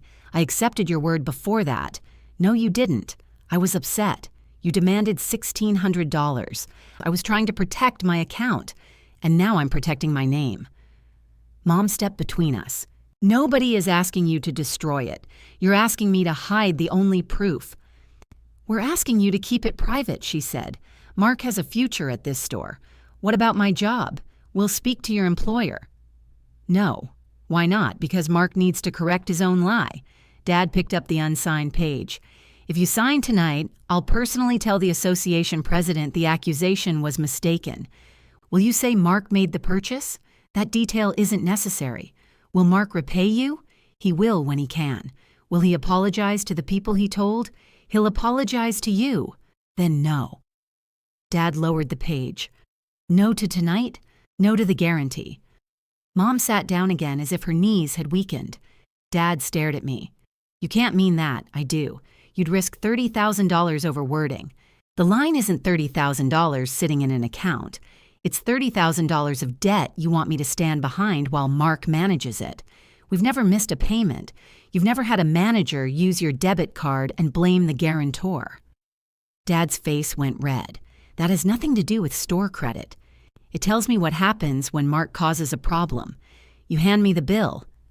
Nobody said anything. That was the strong turn for me. I had entered the room wanting a correction so I could return to my old place. They were offering the correction only if it protected Mark and kept my signature attached to the store. They knew the truth. That hadn't changed what they expected from me. If you've ever been asked to carry damage you didn't cause, leave the word enough in the comments. Mom looked at the written correction again. "What would satisfy you?" she asked. "A public correction. Full repayment to Dad. No more unpaid store work from me. No guarantee." "You've already decided," Dad said. "I decided while you were explaining why Mark's future mattered more than my job." Mom shook her head. "That isn't what we said. It's what you chose." Dad gathered the purchase order and signature page into one stack. "The luncheon is in 8 days," he said. "You should take time before doing something you can't undo. I will attend." His eyes lifted. "Why?" "Because Mark told people there I stole. Don't bring that recording. I'm giving you 8 days to correct this without it." Dad's hand tightened around the papers. "Is that a threat? It's the private opportunity you said you wanted?" Mom said my name softly. I opened the door. Behind me, Dad said, "If you embarrass your brother in that room, don't expect this family to go back to normal." I turned off the office light as I left.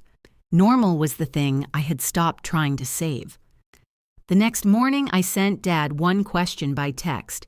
"Do you agree that I did not purchase the prepaid gift cards?" He called instead of answering. I let it ring. A minute later, he called again. Then he texted. "We have discussed this," I replied. "I need your answer in writing for my employer." His response took 12 minutes. "Yes, you did not make that purchase." I looked at the sentence on my screen. It was the smallest truth he could offer. He left Mark's name out. He left the false accusation out. Still, it was the first thing Dad had written that I could use. I printed the message with the date and his number visible. I attached the pharmacy receipt and took both to work. My boss read them at his desk. "This is from your father." "Yes." "And this receipt is your actual purchase?" "Yes." He placed the pages together. "I'm going to keep copies." "That's fine." He opened his drawer and gave me back the security token. "If anything else comes in, tell me before a vendor does." "I will." My access was restored before the morning payment batch. I carried the token back to my desk in my closed hand. The rumor hadn't disappeared, but it no longer controlled whether I could do my job. At lunch, I opened a blank document and made a list of every store task that still depended on me. Payroll instructions were already complete. I added the location of tax records, vendor passwords, inventory reports, bank statements, and quarterly filing dates. I noted which accounts sent verification codes to Dad and which ones used the store email. I didn't fix anything. I documented where it belonged. The list ran 4 pages. That surprised me, even though I had done every task on it. I sent the document to Dad, Mom, and Mark with a short message. As of today, I am no longer providing bookkeeping, ordering, closing, or emergency administrative work for Herrera Hardware. This file identifies the current tasks and deadlines. I will answer questions about where existing records are located through April 29th. I will not perform the work. Mark replied first. "You can't quit a family business by email," I answered. I was never an employee. Dad called 5 minutes later. "Why did you send this to Mark?" "Because he manages the store." "You're trying to make a point. I'm creating a handoff." "What does answer questions mean?" "It means if Mom can't find a tax form, I'll tell her which folder it's in. I won't complete it. The quarterly filing is due next month. It's listed on page 3. You know your mother hates that software. She submitted payroll." Dad went quiet. "How did you get your work access back?" he asked. "I showed my employer your text. That was private. My job is private too.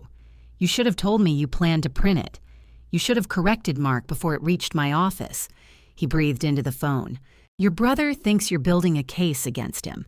I'm keeping records. That's the same thing to him. It shouldn't be.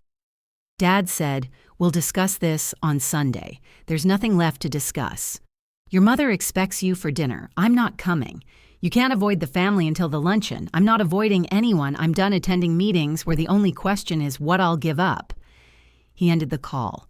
That afternoon, Mom emailed me from the store account. She asked where to find the state tax login. I replied with the exact folder path and the page number in the handoff document. 10 minutes later, she wrote back, found it. I didn't open the software to check her work. I wanted to. My hands actually moved toward the shared folder before I stopped myself. At 5, I logged out of the store accounting system on my work computer. Then I deleted the saved shortcut. The next day, I went to Herrera Hardware during my lunch break. I had a cardboard file box in my trunk. I wanted to collect the few personal things I'd left in the office and deliver a printed copy of the handoff. The bell above the front door rang when I entered. Mark was helping a customer choose drill bits. He looked at the file box in my arms and said, "What's this supposed to be?" "My things." The customer glanced between us. Mark handed him a package of bits. "These will work." I walked past the register. Dad was in the office. The door stood open. He looked at the box, then at me. "You didn't need to come in the middle of the day. This is my lunch break." I set the box on the floor and removed a framed photograph from the wall beside the desk. It showed Dad, Mom, Mark, and me at the store's 30th anniversary. Mark stood beside Dad under the Herrera Hardware sign. I stood at the edge beside Mom, holding a tray of cupcakes. Dad watched me wrap the frame in newspaper. "You're taking that?" "It's mine. You gave it to the store. I brought it here because nobody else had a copy." I took my accounting reference book from the filing cabinet. Then I removed a blue ceramic mug, a phone charger, and a cardigan I kept over the office chair. That was everything. Years of unpaid work fit into one small box. Dad touched the printed handoff on the desk. "Mark says some of these passwords don't work." "Which ones?" He didn't say. "Ask him to identify them." "Can't you sit down and check?" "No, you're already here." I looked at him. He heard it that time. "All right," he said, "I know." Mark appeared in the doorway. "Customers can hear you too." Dad said, "Then go help them." Mark looked into my box. "Taking your trophies?" "I don't have any trophies here." "You know what I mean." "No, I don't." He turned to Dad. "Did she tell you she contacted the association?" "I corrected the agenda," I said. "You made it look like we lied about your participation." "You did. You've participated for 5 years. I haven't agreed to continue." A customer called from the register. Mark ignored him. "The association president asked me whether there's a problem with the credit line," he said. "What did you say?" "That you're being emotional." Dad said, "Mark." "What? She is." I picked up the box. "Correct the theft accusation by the luncheon." He leaned against the door frame. "Or what? I'll correct it myself." Dad stood. "Sydney, I gave you the wording." Mark smiled, but his eyes stayed on my face. "You're going to stand up in a room full of business owners and tell them your brother stole from his father?" "I'm going to tell them I didn't. That's not what you just threatened." "I'm not threatening you. I'm telling you what I'll do if you repeat the lie." He stepped out of the doorway so I could pass. "People already know why you're acting like this," he said. I stopped. "What reason did you give them?" "That you expected Dad to give you part of the store. When he said no, you started causing problems." Dad looked at him. "I never said that to her. I'm explaining the resentment." "There is no resentment," I said. "I don't want the store. You want control. I'm carrying my things out in a cardboard box." The customer at the register cleared his throat. Mark lowered his voice. "You've always needed everyone to think you're the responsible one." I shifted the box against my hip. "I don't need them to think anything. I need you to stop lying." I left before he answered. In the parking lot, I put the box in my trunk. Through the front window, I saw Mark walk behind the register. Dad came out of the office and stood beside him. The customer pointed at the card reader. Mark pressed 2 buttons, then called Dad over. Dad studied the screen and reached under the counter for the instruction binder. Neither of them called me. I drove back to work. At 4, the Merchants Association sent a general reminder about the luncheon. The message included a link to confirm attendance. I selected 1 seat and submitted my response. A confirmation arrived immediately. Dad forwarded it to me with 1 question. "What are you planning?" I replied. "I'm attending a luncheon I was invited to." He wrote back, "Do not bring family business into that room." I didn't answer. By the end of the day, 3 questions about store accounts had arrived from Mom. I answered each one with a file location. She found all 3 without me. The following morning, the supplier called. "Wade wants to know what size order can ship without the credit line." I turned away from my monitor. "He needs to discuss that with you." He did. "I'm asking whether you plan to renew before I revise anything." No. It was easier the second time. "Should I treat that as final?" Yes. "All right. I'll give Wade a cash order option." "What does that look like?" "Basic seasonal restock. No expansion." He'd have to postpone the premium grills. That was a consequence. But it wasn't destruction. The store could keep operating. It would just have to buy what it could afford. "Send the options to Dad and Mark," I said. "Leave me off. I can do that." An hour later, Dad called. "You told him it was final." "Yes." "You said you'd take time." "I did. We still have a week. The correction deadline has a week. My guarantee decision doesn't. What if Mark does everything you asked? He should correct the lie and repay you because they're the right things to do, not because he's buying my signature." Dad was silent. Then he said, "The bank may reduce our future access if this line expires. That's something you should discuss with them. You know more about the packet than Mark does. The instructions are in the handoff." He hung up. Mark emailed me that afternoon. He copied Dad and Mom. "Since Sydney has chosen to withdraw support without reasonable notice, we will be forced to reduce inventory and may lose customers. I hope she understands this affects the entire Herrera family, not only the people she is angry with." I read it once. Then I replied to all 3. "My personal guarantee expires at noon on April 30th unless I choose to renew it. I gave notice before the deadline. Please plan purchases using store funds." Mark answered with a single line. Then everyone should know whose choice this was. He finally had a target he could explain without mentioning what he had done. He would make the shrinking order my decision, the expiring credit line my punishment, and the luncheon his chance to prove it in public. The next morning, one of the lumber suppliers forwarded me an email Mark had sent to several association members. The subject line was Herrera Hardware Update. Mark wrote that a private family disagreement had affected the store's annual financing. He said I had withdrawn my support with little notice, forcing the store to reduce its spring order. He added that the family hoped to resolve the issue at the luncheon. He didn't mention the gift cards. He didn't repeat the direct accusation either. He didn't need to.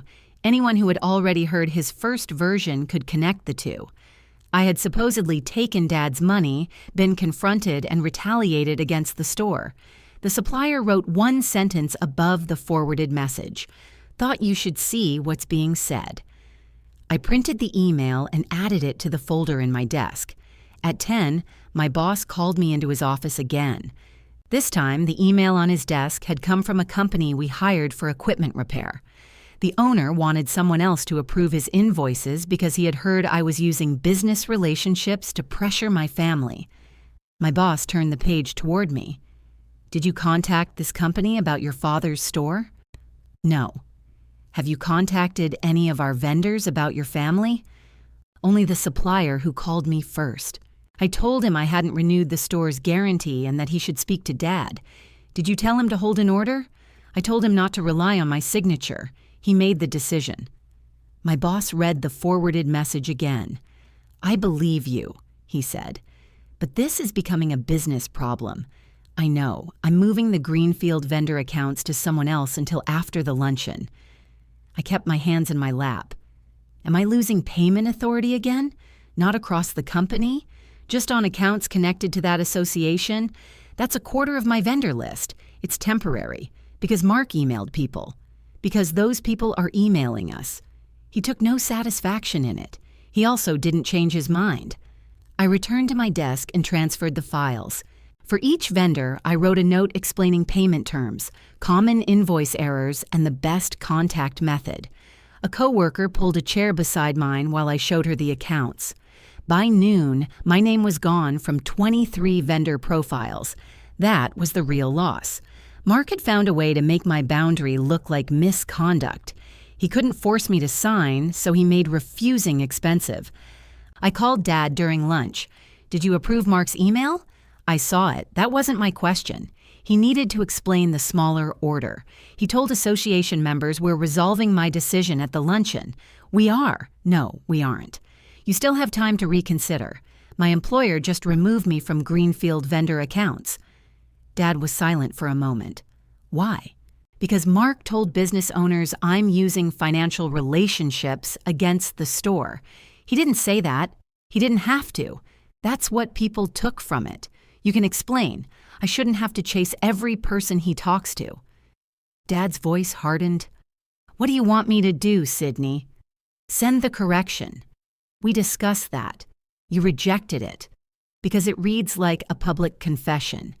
It is a correction of a public accusation. Your brother is trying to keep customers from worrying by making them worry about me. You're not the one with a store to run. I looked through the office window at the coworker now handling my files. No, I said. I'm the one whose job he reached. Dad sighed. Come to dinner tonight. Why? Your mother wants to talk? Then she can call me. She doesn't want to do this by phone. I agreed to meet them at my house. I didn't agree to dinner. Mom arrived alone at 6:30. She carried a covered baking dish. I made chicken and rice, she said. You didn't need to. I know. I let her inside. She put the dish on the kitchen counter but didn't remove the lid. Your father is at the store, she said. The register froze again. The reset instructions are under the counter. He found them. We sat at the kitchen table. Mom placed her purse on the chair beside her. Mark shouldn't have sent that email. No. But you did contact the supplier. I answered a direct question about my signature. He says you stopped the order. The supplier stopped it because the payment plan depended on a guarantee that doesn't exist. You knew that would happen. Yes. She looked down at her hands. That's what Mark means when he says you're trying to control things. Refusing responsibility isn't the same as controlling someone else. It feels the same from the other side. The other side expected me to sign without asking. Mom touched the edge of the table with one finger. The association changed the seating plan. I waited. Your father asked them to remove you from the family table. I looked toward the covered dish on the counter. Why? He's afraid you'll create a scene. I've never created a scene in my life. He thinks you're different right now. I stopped saying yes. That's not all you're doing. What else am I doing? You're keeping that recording. It belongs in my locked desk. You're planning to use it. I'm planning to correct the lie if Mark doesn't. Mom shook her head. People will never look at him the same way. They don't look at me the same way now. You're stronger than he is. There it was again, the compliment that always became an invoice. I stood and got 2 glasses of water. Mom didn't touch hers. Where did they seat me? I asked. At one of the general tables near the back. Am I still invited? Your father wanted the reservation canceled, but the association said you responded individually. They asked him whether you were attending through the store or on your own. What did he say? He said on your own. The words landed more quietly than I expected. For years, Dad had called me part of the store whenever he needed my labor or credit. Now that I might speak for myself, I was attending on my own. Mom reached across the table. If you agree not to bring the recording, he'll put you back at our table. I moved my hand before she touched it. So the family seat has conditions. Every relationship has conditions. Apparently mine includes silence and $30,000. That's unfair. Tell me what the conditions are then. She looked toward the kitchen window. Outside, the porch light had come on automatically. Your father wants one normal day, she said. The store is being recognized. He's worked for this his entire adult life. I'm not stopping the recognition. You know what that luncheon means to him? Yes. Then let Mark say there was confusion. Sign the packet. Afterward, we'll deal with the repayment privately. No. Mom closed her eyes. Your father said if you go ahead with this, he doesn't know when he'll want to see you again. I sat back down. Did he ask you to tell me that? He said he couldn't keep arguing. That isn't an answer. Yes, she said. He asked me. The refrigerator motor came on behind us. I looked at the woman who had taught me to keep birthdays on a calendar and bring extra food because somebody always arrived hungry. She had also taught me, without ever saying it directly, that Mark's failures became emergencies and my limits became cruelty. Do you agree with him? I asked. I think you're taking this too far. How far did Mark take it? He was scared. So was I, sitting in Dad's office. He thought he might lose his job. He used Dad's card. He says he planned to replace the money before anyone noticed.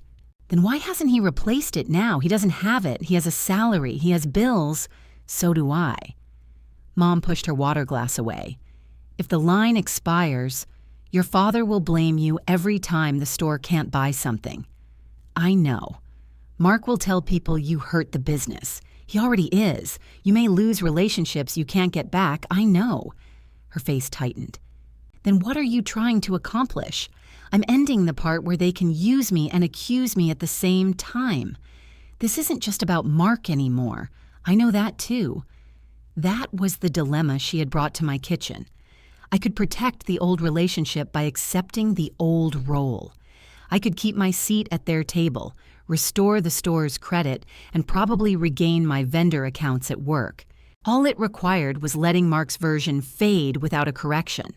Or I could accept that the cost of my signature wasn't only financial. It was access to my parents. It was my place at family dinners. It was the way people in town would explain the smaller spring order. Mom stood. I'm leaving the chicken. Thank you. At the door, she said, Your father still expects you to bring the packet. I won't. Then why attend? Because my name will be discussed.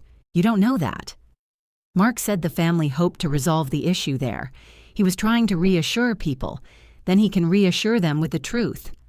Mom opened the door. If you play that recording, you won't only be exposing Mark. You'll be humiliating your father. Dad watched it and chose silence. She flinched. I didn't enjoy saying it. I also didn't take it back. After she left, I put the chicken in the refrigerator. The next morning, I received the revised seating assignment. Table 12, seat 6. The Herrera hardware table was table 2. I confirmed my seat. Then Mark called. I heard you're still coming, he said. Yes. You're not sitting with us. I know. People are going to ask why. They can ask Dad. You think this makes you look brave? I think it gives me a place to eat lunch. He paused. Mom says you won't promise to leave the video home. I won't discuss the video with you. What video? He said it quickly. I realized Mom hadn't told him exactly what I had. Dad must have described it as pharmacy information or proof. Mark knew something had changed their certainty, but he didn't know I possessed the recording itself. I'll see you at the luncheon, I said. Sid, listen to me. If you try to embarrass me, I'll tell everyone you've been trying to take over the store for years. You've already told people that. I'll show them your emails to suppliers. They say I didn't sign the guarantee. They show you interfering, then show them. His voice lowered. Dad may never speak to you again. That's his decision. You don't believe that. I believe he sent Mom to say it. Mark was quiet. I ended the call. At work, the transferred Greenfield accounts remained with my coworker. Nobody had changed them back. I completed the rest of my payment batch and went home at 5. The guarantee packet was where I had left it. I removed it from the locked drawer and read the renewal condition again. The existing guarantee expired at noon on April 30th. Renewal required my signature. Without it, the credit line ended under its ordinary terms. I placed the packet in a plain folder. I put Cassandra's sealed envelope in a separate pocket of my bag. Then I added the written correction Mark had refused. The cost was no longer theoretical. I had lost work responsibilities, my place at the family table, and whatever safety came from being the daughter who always repaired things. I still left the signature line blank. The next morning, I called Harbor Community Bank from my office parking lot.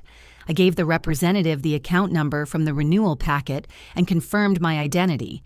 She placed me on hold, then returned with the guarantee record open. "I need to confirm what happens if I don't sign," I said. "The current guarantee ends at noon tomorrow. Does the credit line renew automatically if the store owner signs?" "No. This line requires annual renewal by both the borrower and personal guarantor. Dad may have already signed his section. That doesn't renew your obligation. Can anyone sign for me?" "Not unless you've given them specific legal authority, and there's nothing like that in this file." "I haven't." "Then we need your signature. What happens at noon? If the renewal isn't complete, the available credit closes. The business can continue using its regular deposit account, but it can't draw from the line. Is there a grace period?" "No." "Can the deadline be extended verbally?" "No." A different arrangement would require a new review and new documents. I looked through the windshield at the other parked cars. "Is there currently a balance on the line?" "No. The prior seasonal balance was paid. That removed the last uncertainty. Refusing to renew wouldn't create a sudden debt Dad couldn't pay. It would prevent him and Mark from borrowing more under my name." "Can you email that explanation to me?" I asked. "I can send the relevant renewal terms through the secure message system." "Please do." The message arrived before I returned to my desk. It used bank language, but the result was simple. No signature, no renewal. At noon, the line closed. The bank wasn't choosing sides. It wasn't punishing Mark or protecting me. It was following the condition I had agreed to 5 years earlier. I printed the message and placed it behind the guarantee packet. At 10:30, Dad called. "The bank says you contacted them." I confirmed the deadline. "You made it sound like we're in some kind of dispute." "We are. They asked whether I wanted to begin a new credit review without you." "What did you say?" "That there isn't time." "Then plan for the cash order." He was quiet for several seconds. "Mark found another supplier willing to hold the grills until tomorrow." "How are you paying?" "With the line, if you sign." "I'm not signing." "You keep saying that like I haven't heard you. You keep making commitments like you haven't." Dad's voice rose. "I'm trying to preserve what I built. I'm trying to stop guaranteeing decisions I don't make. The store has always paid its debts. That isn't the only issue anymore. It should be. A guarantee is financial. It's also trust. You trust me. I trusted you to treat the truth differently once you saw it." He breathed out slowly. "Bring the packet tomorrow," he said. "Why?" "So we have it if you change your mind." "I won't." "Then bring it to show you're not hiding anything. The packet is mine. It concerns my store, and my house, my savings, and my credit." Dad said nothing. I continued. "I'll bring it, but it stays with me. Bring your store key, too." My hand moved to the key ring in my bag. "Are you asking for it back? If you no longer consider yourself part of the business, you don't need access after hours." "That's fair. I meant it." The request still hurt. Dad seemed unprepared for my answer. "Fine," he said. "Bring both." He ended the call. At lunch, I went to Young's Pharmacy. Cassandra was attending the luncheon through her own business, so I didn't need to ask her to enter a private family event. I did need to know whether she would confirm the recording in front of other people. She brought me into the consultation area. "I'm not going to discuss Mark's intentions," she said after I explained. "I don't know them. I won't ask you to. I can identify the camera and confirm the copy came from our archive. That's all I need. Has Wade corrected the accusation?" "No." "Has Mark?" "No." Cassandra looked toward the prescription counter where an employee was labeling a bag. "What do you expect to happen tomorrow?" "I expect Dad to ask me to sign. I expect Mark to explain why I'm refusing. And if he doesn't mention the card, I won't play the recording." She studied my face. "You're giving him another chance. I'm giving him the chance to stop. That's different." I took the sealed envelope from my bag and placed it on the counter. Can we verify the copy one more time? We went into her locked office. She opened the envelope along the taped edge and inserted the drive into her computer. The file opened normally. The date and time were visible. She moved the video forward until Mark entered the frame, then stopped it. "That is the exported copy," she said. "Can it play without your pharmacy software?" "Yes, it's a standard video file. Will the hall computer open it?" "It should, but use your own laptop if you can." "I will." She removed the drive and placed it back in the envelope with the signed statement. "If this is shown, I'll identify it and then I'm leaving," she said. "I don't want to sit through the family argument afterward." "That's reasonable." "I mean it, Sydney. So do I." She resealed the envelope with a fresh strip of tape and wrote her initials across it. Before I left, she said, "You could send this to the people who received Mark's email." "I know. That would avoid a confrontation in the hall. It would also give him a day to say it was edited before anyone saw you confirm it." "That's true. And it would send pharmacy security footage through half the town." She nodded. "Also true. I had considered doing exactly that. Mark's email had given me enough addresses to reach several merchants at once. I could attach the file, write 3 sentences, and let everyone watch from home. It would be quick. It would also spread the recording beyond anything needed to clear my name. People would forward it. Someone would post it." The cashier's face was visible. Customers passed in the background. Cassandra had preserved the footage for a disputed transaction, not for entertainment. I put the envelope back into my bag. "I'll use it once if I need to," I said. At work, I completed my payment batch. The Greenfield vendor accounts were still assigned to my co-worker. She asked a question about an equipment invoice, and I showed her where the service date appeared. "Are you going to that luncheon tomorrow?" she asked. "Yes." My husband heard Herrera Hardware might be cutting hours. Mark is still working. "I meant your parents." "The store has enough cash to operate. They're reducing an expansion order." She looked embarrassed. "Sorry, I shouldn't have asked." "It's all right." It wasn't all right, but she hadn't created it. At 4:20, Mark sent me a text. "Last chance to handle this privately. Sign before luncheon and I'll tell everyone the card issue was a misunderstanding." I replied, "Did I buy the gift cards?" He didn't answer for 10 minutes. Then he wrote, "You had the card and created the confusion." I read it twice. He still wouldn't give up the lie, even in a private message. I took a screenshot and added it to the folder. The recording remained the proof. His message only showed the choice he was making after Dad had seen it. Mom called as I was leaving work. "Your father is barely speaking," she said. "I talked to him this morning." "That's not what I mean." "What do you want me to do?" "Tell him you won't let the deadline expire in front of everyone." "I can't tell him that. You could sign tonight and keep tomorrow from becoming a spectacle." "I'm not signing tonight."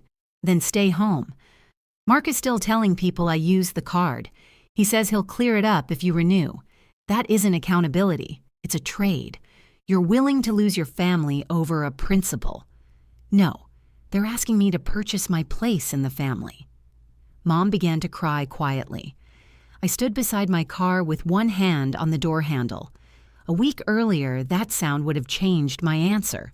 It would have sent me back to the store with a laptop and a checkbook. This time, I waited. "I don't want tomorrow to hurt you," I said. "Then don't do it." I'm not the person refusing to correct the lie. You know Mark won't back down in that room. Then he'll make his choice in front of the same people he told. Mom's breathing steadied. "If your father takes that key," she said, "it may be the last thing he takes from you." "I know." She ended the call.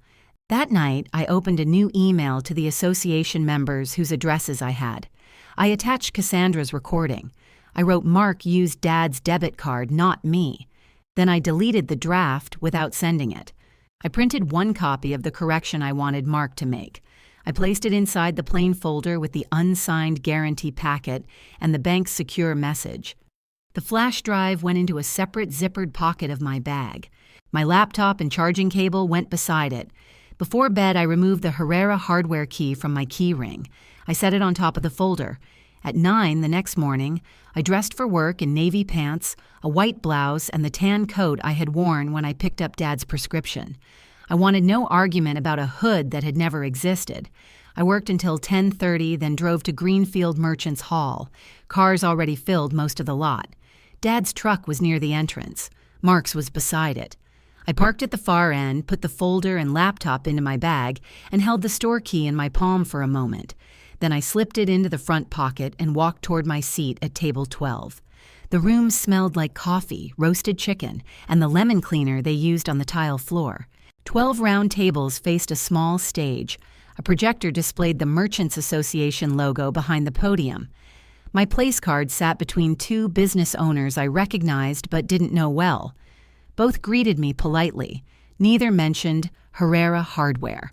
At table 2, Mom saw me sit down. She looked away before I could nod. Dad stood near the stage with Mark. They wore matching green store jackets. Mark had chosen the same jacket he wore in the pharmacy recording. Cassandra sat at table 5. She caught my eye once and gave a small nod. At 11, lunch was served. I ate half a roll and moved the rest of the food around my plate. People discussed road work, summer events, and the empty storefront near the corner of Hope Street. Every few minutes, someone glanced toward me. Mark walked between tables, shaking hands. He looked comfortable. Dad stayed close to the podium, checking his watch. At 11:35, Mark came to my table. "You've made your point," he said quietly. "Give Dad the packet before he speaks." "No." The man sitting beside me stopped cutting his chicken. Mark smiled for the table. "Family paperwork." Nobody answered. He leaned closer. "You don't want to do this. I asked you for a correction. I offered one. You offered to call it confusion if I signed. That's a correction. It isn't true." He straightened.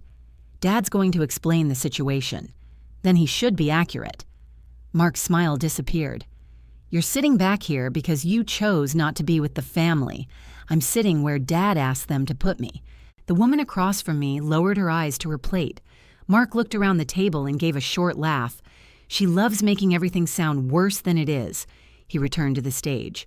At 11:40, the association president welcomed Dad to the microphone. People applauded. I did too. Dad spoke about opening the store on Hope Street, learning customers' names, and surviving years when larger chains moved into nearby towns. He thanked Mom for handling the office and Mark for managing daily operations. He didn't mention me. That was almost a relief. Then he looked toward table 12. "We've had a difficult couple of weeks," he said.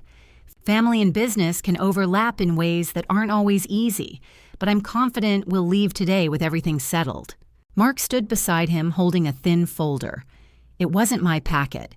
It was the replacement signature page Dad had printed. Dad continued, "Our annual credit renewal is due at noon. It's something we've completed as a family for several years, and I expect we'll complete it again today." People turned toward me. I stayed seated. Dad stepped back. Mark took the microphone. "I know some of you heard about a separate issue," he said. "I didn't intend for private information to spread, but there have been questions about why Sydney suddenly withdrew her support." He paused long enough for the room to become quiet. "My sister used Dad's debit card at Young's Pharmacy. After that, $1,600 was missing from his account. There were no forks moving now." Mark looked directly at me. "When Dad confronted her, she refused to replace it. Then she contacted one of our suppliers and stopped an order. She's also refusing to renew the store's credit because she's angry about being questioned." Dad stood behind him without interrupting. Mom stared at the tablecloth. Mark had taken every part of the story and placed it in the order that made me look guilty. He didn't say I purchased the gift cards. He let the missing money sit beside my name and trusted the room to finish the sentence. I raised my hand. Mark saw it. "Sid, we don't need to argue. I have one question." He looked at Dad. Dad gave a small nod. The microphone carried Mark's sigh through the room. "What? Are you saying I stole from Dad?" Several people looked down. Mark held the microphone with both hands. "I'm saying you used his card, money disappeared, and you've punished the store ever since." That wasn't my question. Dad stepped toward the microphone. "Sydney, this is enough." I stood. Mark told customers I stole from Dad. He told association members the same thing. I'm asking whether he stands by it. Mark's face tightened. "Yes," he said. "You took Dad's money." The sentence sat in the room. I picked up my bag. Dad said, "Come sign the renewal and we can deal with the rest privately." I walked toward the stage. Mark held out the folder as if he had won. I passed him and set my laptop on the presentation table. "What are you doing?"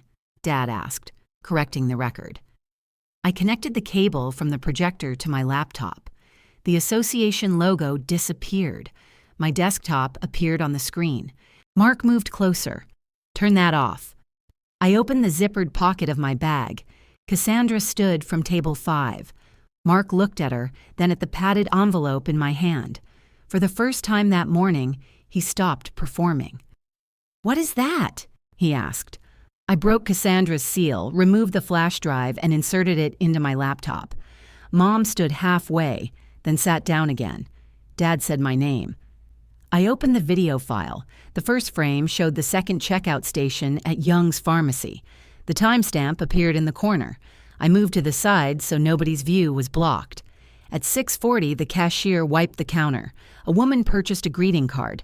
A man bought cough drops. Nobody in the hall spoke. At 6:46, Mark entered the frame wearing his green Herrera hardware jacket. A person at one of the front tables whispered, "That's him." The recording showed Mark select 4 prepaid gift cards. He placed them on the counter. He removed Dad's debit card from his own wallet, inserted it into the reader, and entered the code. The cashier activated each card. Mark put the cards and receipt inside his jacket and walked out. I let the video continue until the register was empty again. Then I paused it. The room stayed silent. Mark looked at the frozen image of himself leaving the pharmacy. Dad gripped the edge of the podium. Cassandra walked to the front. She didn't take the microphone. "I own Young's Pharmacy," she said. "That is our second checkout station."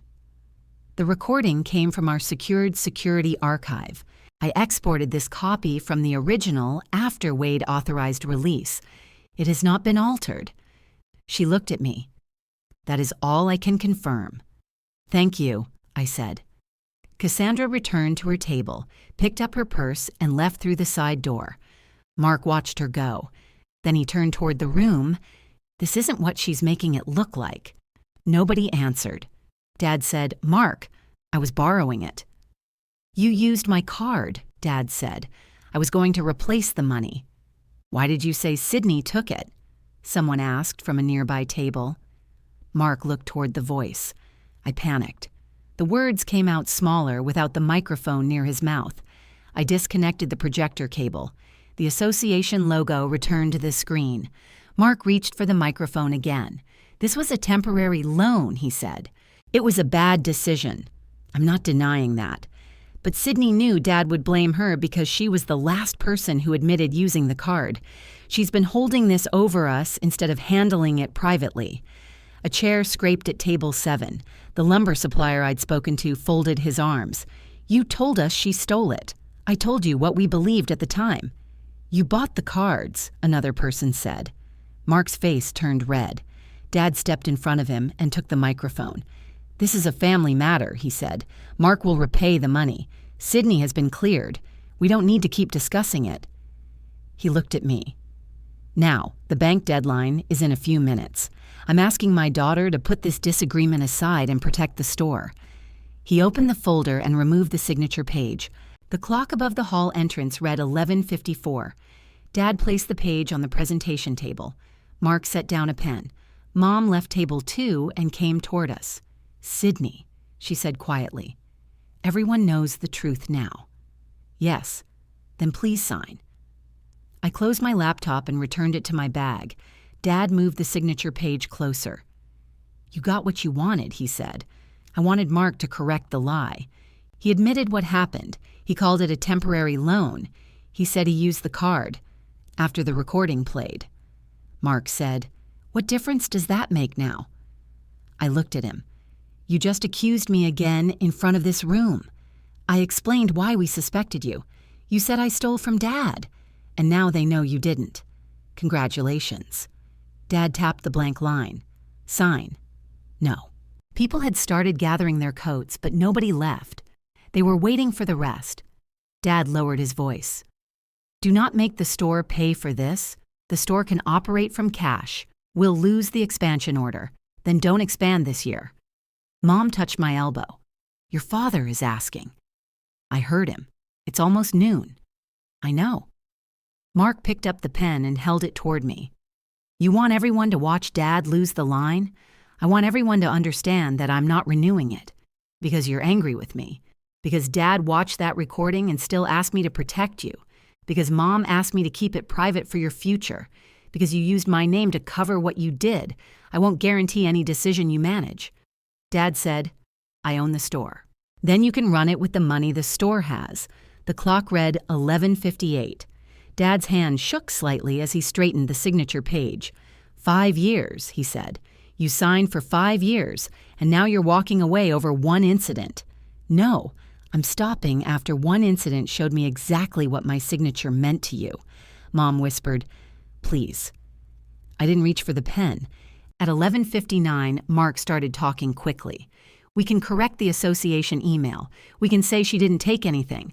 I'll call the supplier. Just sign it now and we'll put all of this behind us. Will you repay Dad? Yes. All of it? Yes. Will you send the correction whether I sign or not? His mouth closed. That answer was enough. The second hand moved around the clock. Dad looked at me until the minute hand reached 12. Nobody announced it. No alarm sounded. The room didn't change. The deadline simply passed. The signature line remained blank. Under the bank's ordinary renewal terms, the $30,000 credit line expired at noon. Dad lowered the page. Mark set the pen on the table. Around us, the same merchants who had heard that I stole from my father had just watched my brother use his card. This time, nobody looked away from me. The association president cleared his throat and thanked everyone for coming. People began moving again. Chairs scraped, plates were collected, conversations started in low voices. Dad folded the unsigned page and put it back into his folder. He wouldn't look at me. Mark did. You had that ready the whole time, he said. I asked you to correct the lie. You set me up. You brought it to the microphone. You knew I'd defend myself. You accused me. I was explaining what happened. A man passing behind him stopped. No, he said. You explained what didn't happen. Mark turned, but the man kept walking. Mom gathered her purse from table 2. She came back to the stage with her coat over one arm. Can the bank reopen it? She asked Dad. Not today. What if Sydney signs now? Dad shook his head. It would need a new review. Mom looked at me. Would you do that? No. Mark laughed under his breath. Of course not. The lumber supplier approached Dad with a business card in his hand.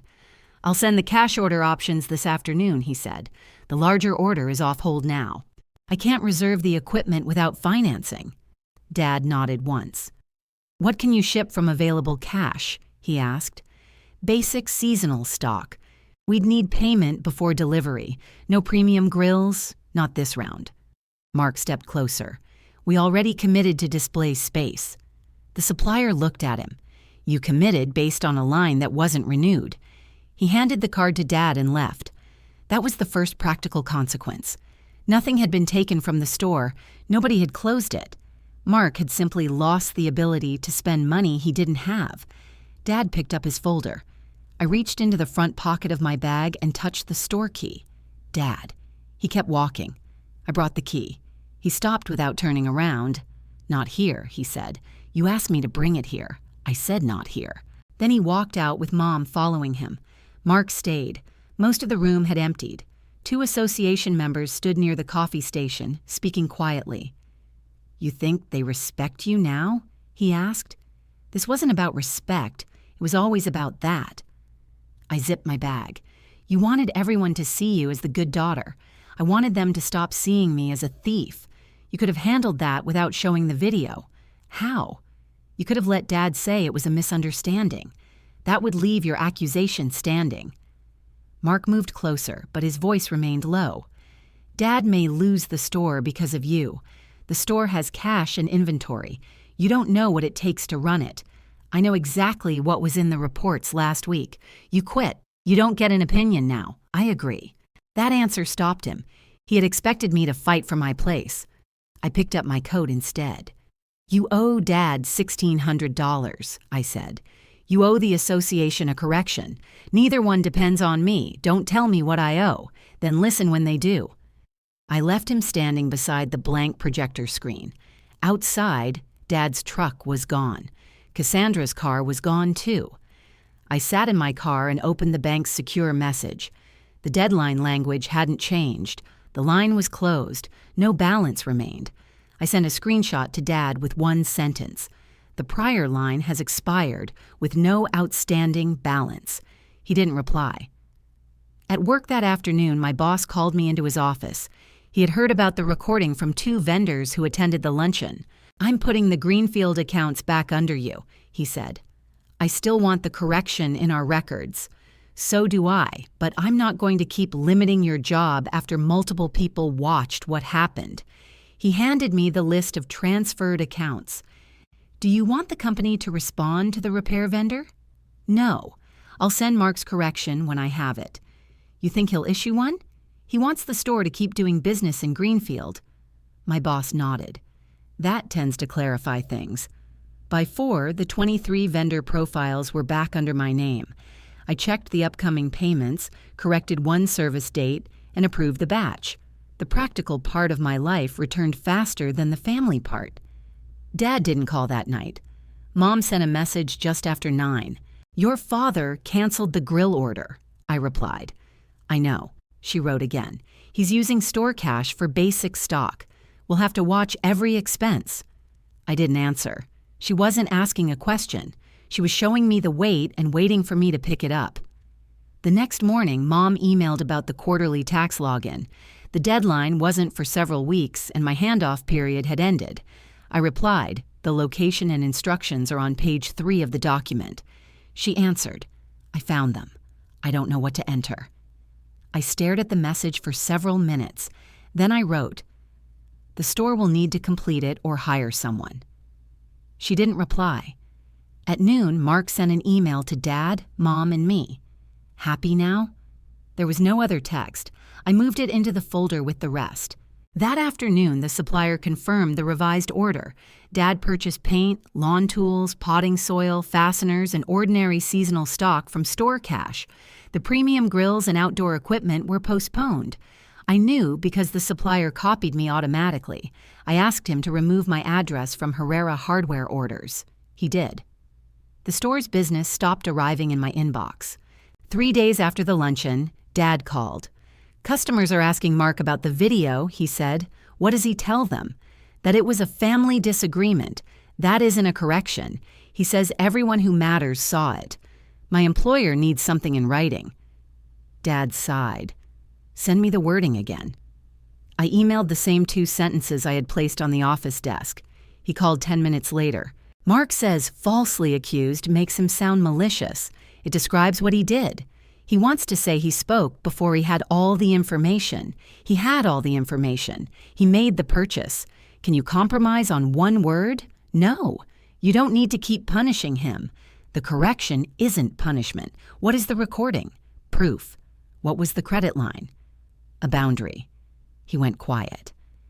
Your mother and I are doing the bookkeeping tonight, he said. All right. Mark is covering the floor alone. That's his job. Dad ended the call. 2 days later, an email from Mark arrived. He sent it to the association mailing list. The supplier contacts he remembered, Dad, Mom, and me. The wording matched my paper exactly. He had added one final sentence. I am correcting this because the accusation was untrue. He didn't apologize to me privately. He didn't call. He didn't explain what had changed. He corrected it because people had watched him use the card and the store needed their business.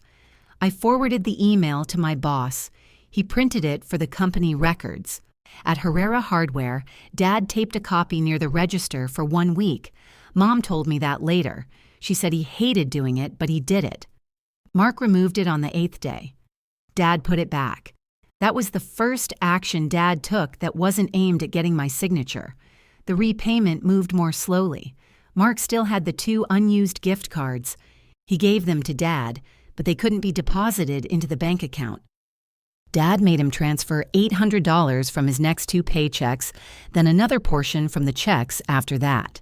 Mark complained that the reduced inventory meant fewer manager hours. Dad covered more shifts himself instead of reversing the repayment plan. Mom learned the tax software. She made 2 mistakes on the first filing and corrected them, using the helpline. Dad started checking purchase orders before Mark sent them. When the register froze, they followed the printed reset instructions. They didn't enjoy any of it. They did it. The store stayed open. My key remained in the front pocket of my work bag.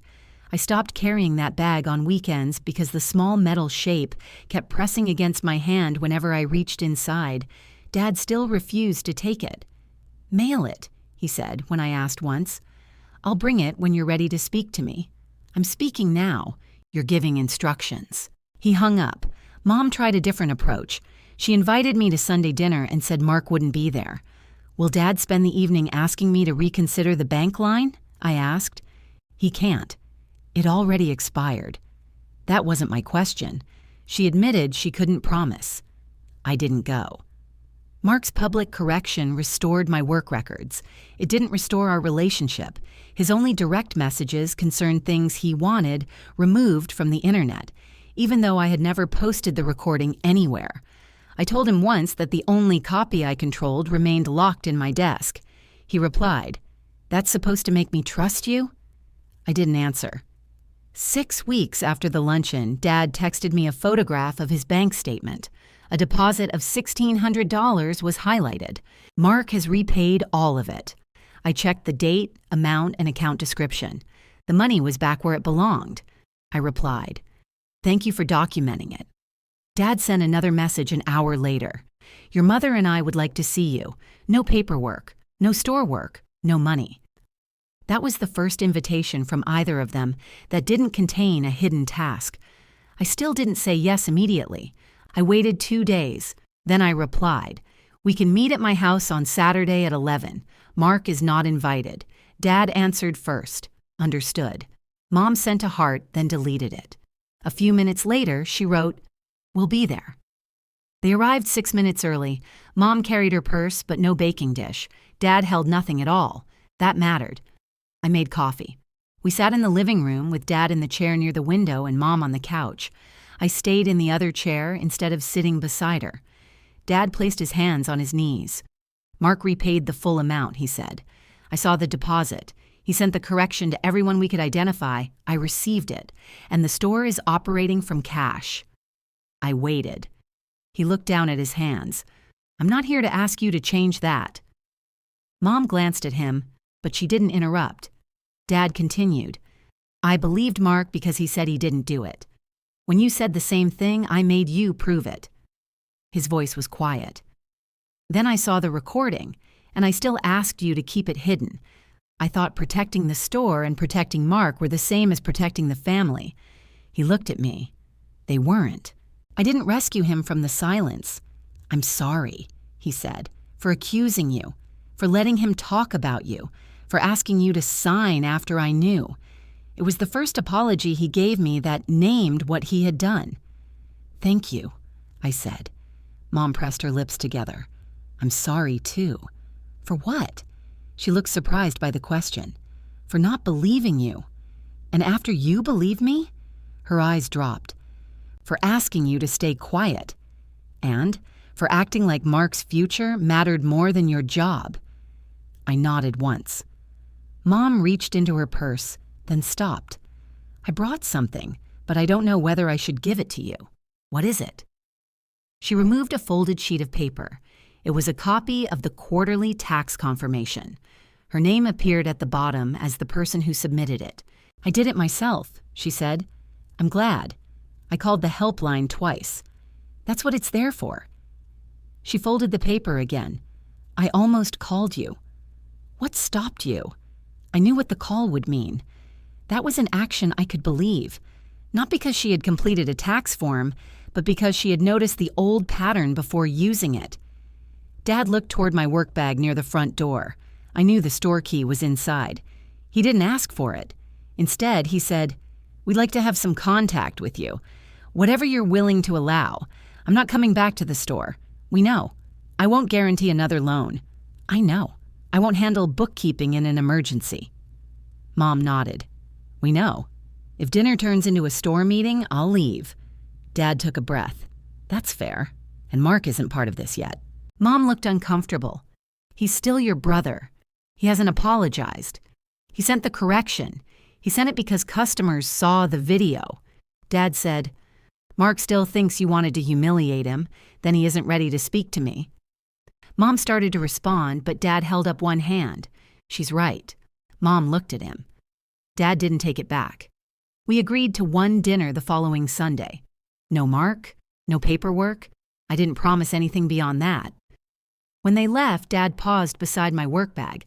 For a second, I thought he would ask for the key. He said, "Thank you for hearing us." Then he followed Mom outside. Sunday dinner was awkward.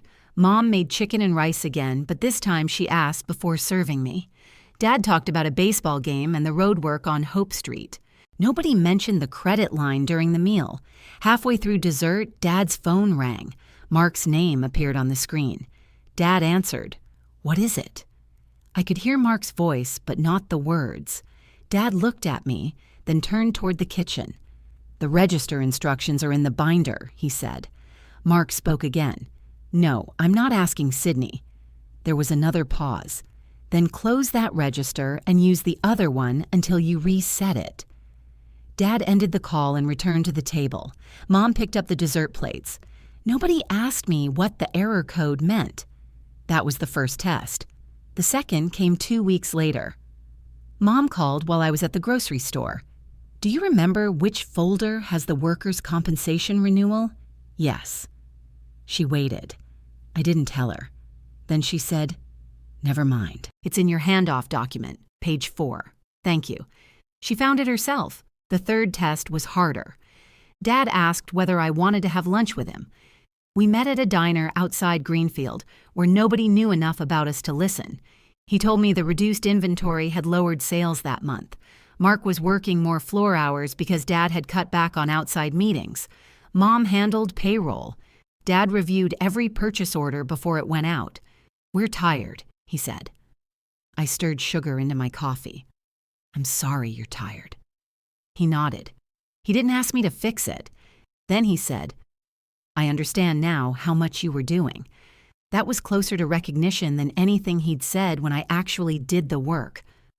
"Are you going to hire a bookkeeper?" I asked. "We're pricing it." "Good. The store may have to stay smaller for a while. That's probably better than borrowing for an expansion you couldn't support." He gave a short nod. "I know." We finished lunch without discussing my signature. Mark didn't change in the same way. He sent me one message in July. "Dad says you're having dinner with them again," I replied. "Occasionally," he wrote back. "I guess you got what you wanted." I didn't respond. He had repaid Dad. He had corrected the lie. Those actions closed his obligations. They didn't create trust between us. Mom asked once whether I would consider hearing him out. "Has he asked to apologize?" I said. "No." Then what would I be hearing? She didn't ask again. The recording remained locked in my desk. I never posted it. I never sent it to customers. When someone at work asked whether I still had it, I said yes and changed the subject. The correction was enough for my employer. My vendor account stayed under my name. People in Greenfield stopped lowering their voices around me. At Herrera Hardware, the premium grill space remained empty through summer. Dad filled part of it with bags of soil and ordinary lawn tools. The store paid suppliers from available cash. Mark had to wait before placing large orders, and Dad stopped treating expected credit like money already owned. Mom closed the store when needed. Dad learned the payroll system. Mark managed the floor without sending his unfinished reports to me. They functioned, not perfectly and not happily every day, but without my rescue. Dad called about once a week. Some calls lasted 5 minutes. Some lasted half an hour. He asked about my work before talking about his. When he mentioned the store, He didn't turn the conversation into a request. Mom began visiting for coffee. She still brought food sometimes, but she stopped using it to soften a demand. If I said I was busy, she chose another day. I allowed those changes to count without pretending they erased what happened. A few months after the luncheon, Dad apologized again. He didn't repeat the first apology. He said something more specific. "I made your reliability into an obligation," he told me. Then I treated Mark's dependence like potential. We were sitting on my porch. Mom was inside rinsing coffee cups. "That's true," I said. "I don't know whether I can fix all of it. You can stop repeating it." "I'm trying." That was the limit of our repair. Trying. Followed by observable choices, with enough distance for me to leave if those choices changed. I used to think being needed was the closest thing to being loved. It wasn't. Love had to survive a no, and the people offering it had to carry their own work. If this story stayed with you, subscribe and tell me which city you're watching from. Near the end of August, Dad asked me to meet him after an evening association meeting. When I entered Greenfield Merchants Hall, the tables were folded against the wall. The projector screen was blank. Dad waited near the same stage where the recording had played. I removed the Herrera hardware key from my bag and placed it in his palm. He closed his fingers around it. "I should have taken this when you first offered," he said. "You weren't ready." "No." He looked toward the empty room. "The store managed without you today." "I know. Mark did payroll." I smiled once. "How many calls did he make?" 3. "None to you. That's progress." Dad nodded. He didn't ask whether I wanted the key back. He didn't offer me a title, a paycheck, or another place inside the store. That was how I knew the meeting wasn't a new version of the old request. I put my bag over my shoulder. With the key gone, there was nothing inside except my wallet and phone. "I'll call you Sunday," Dad said. "All right." Dad stood holding the returned hardware store key while I walked out of the merchant's hall with empty hands.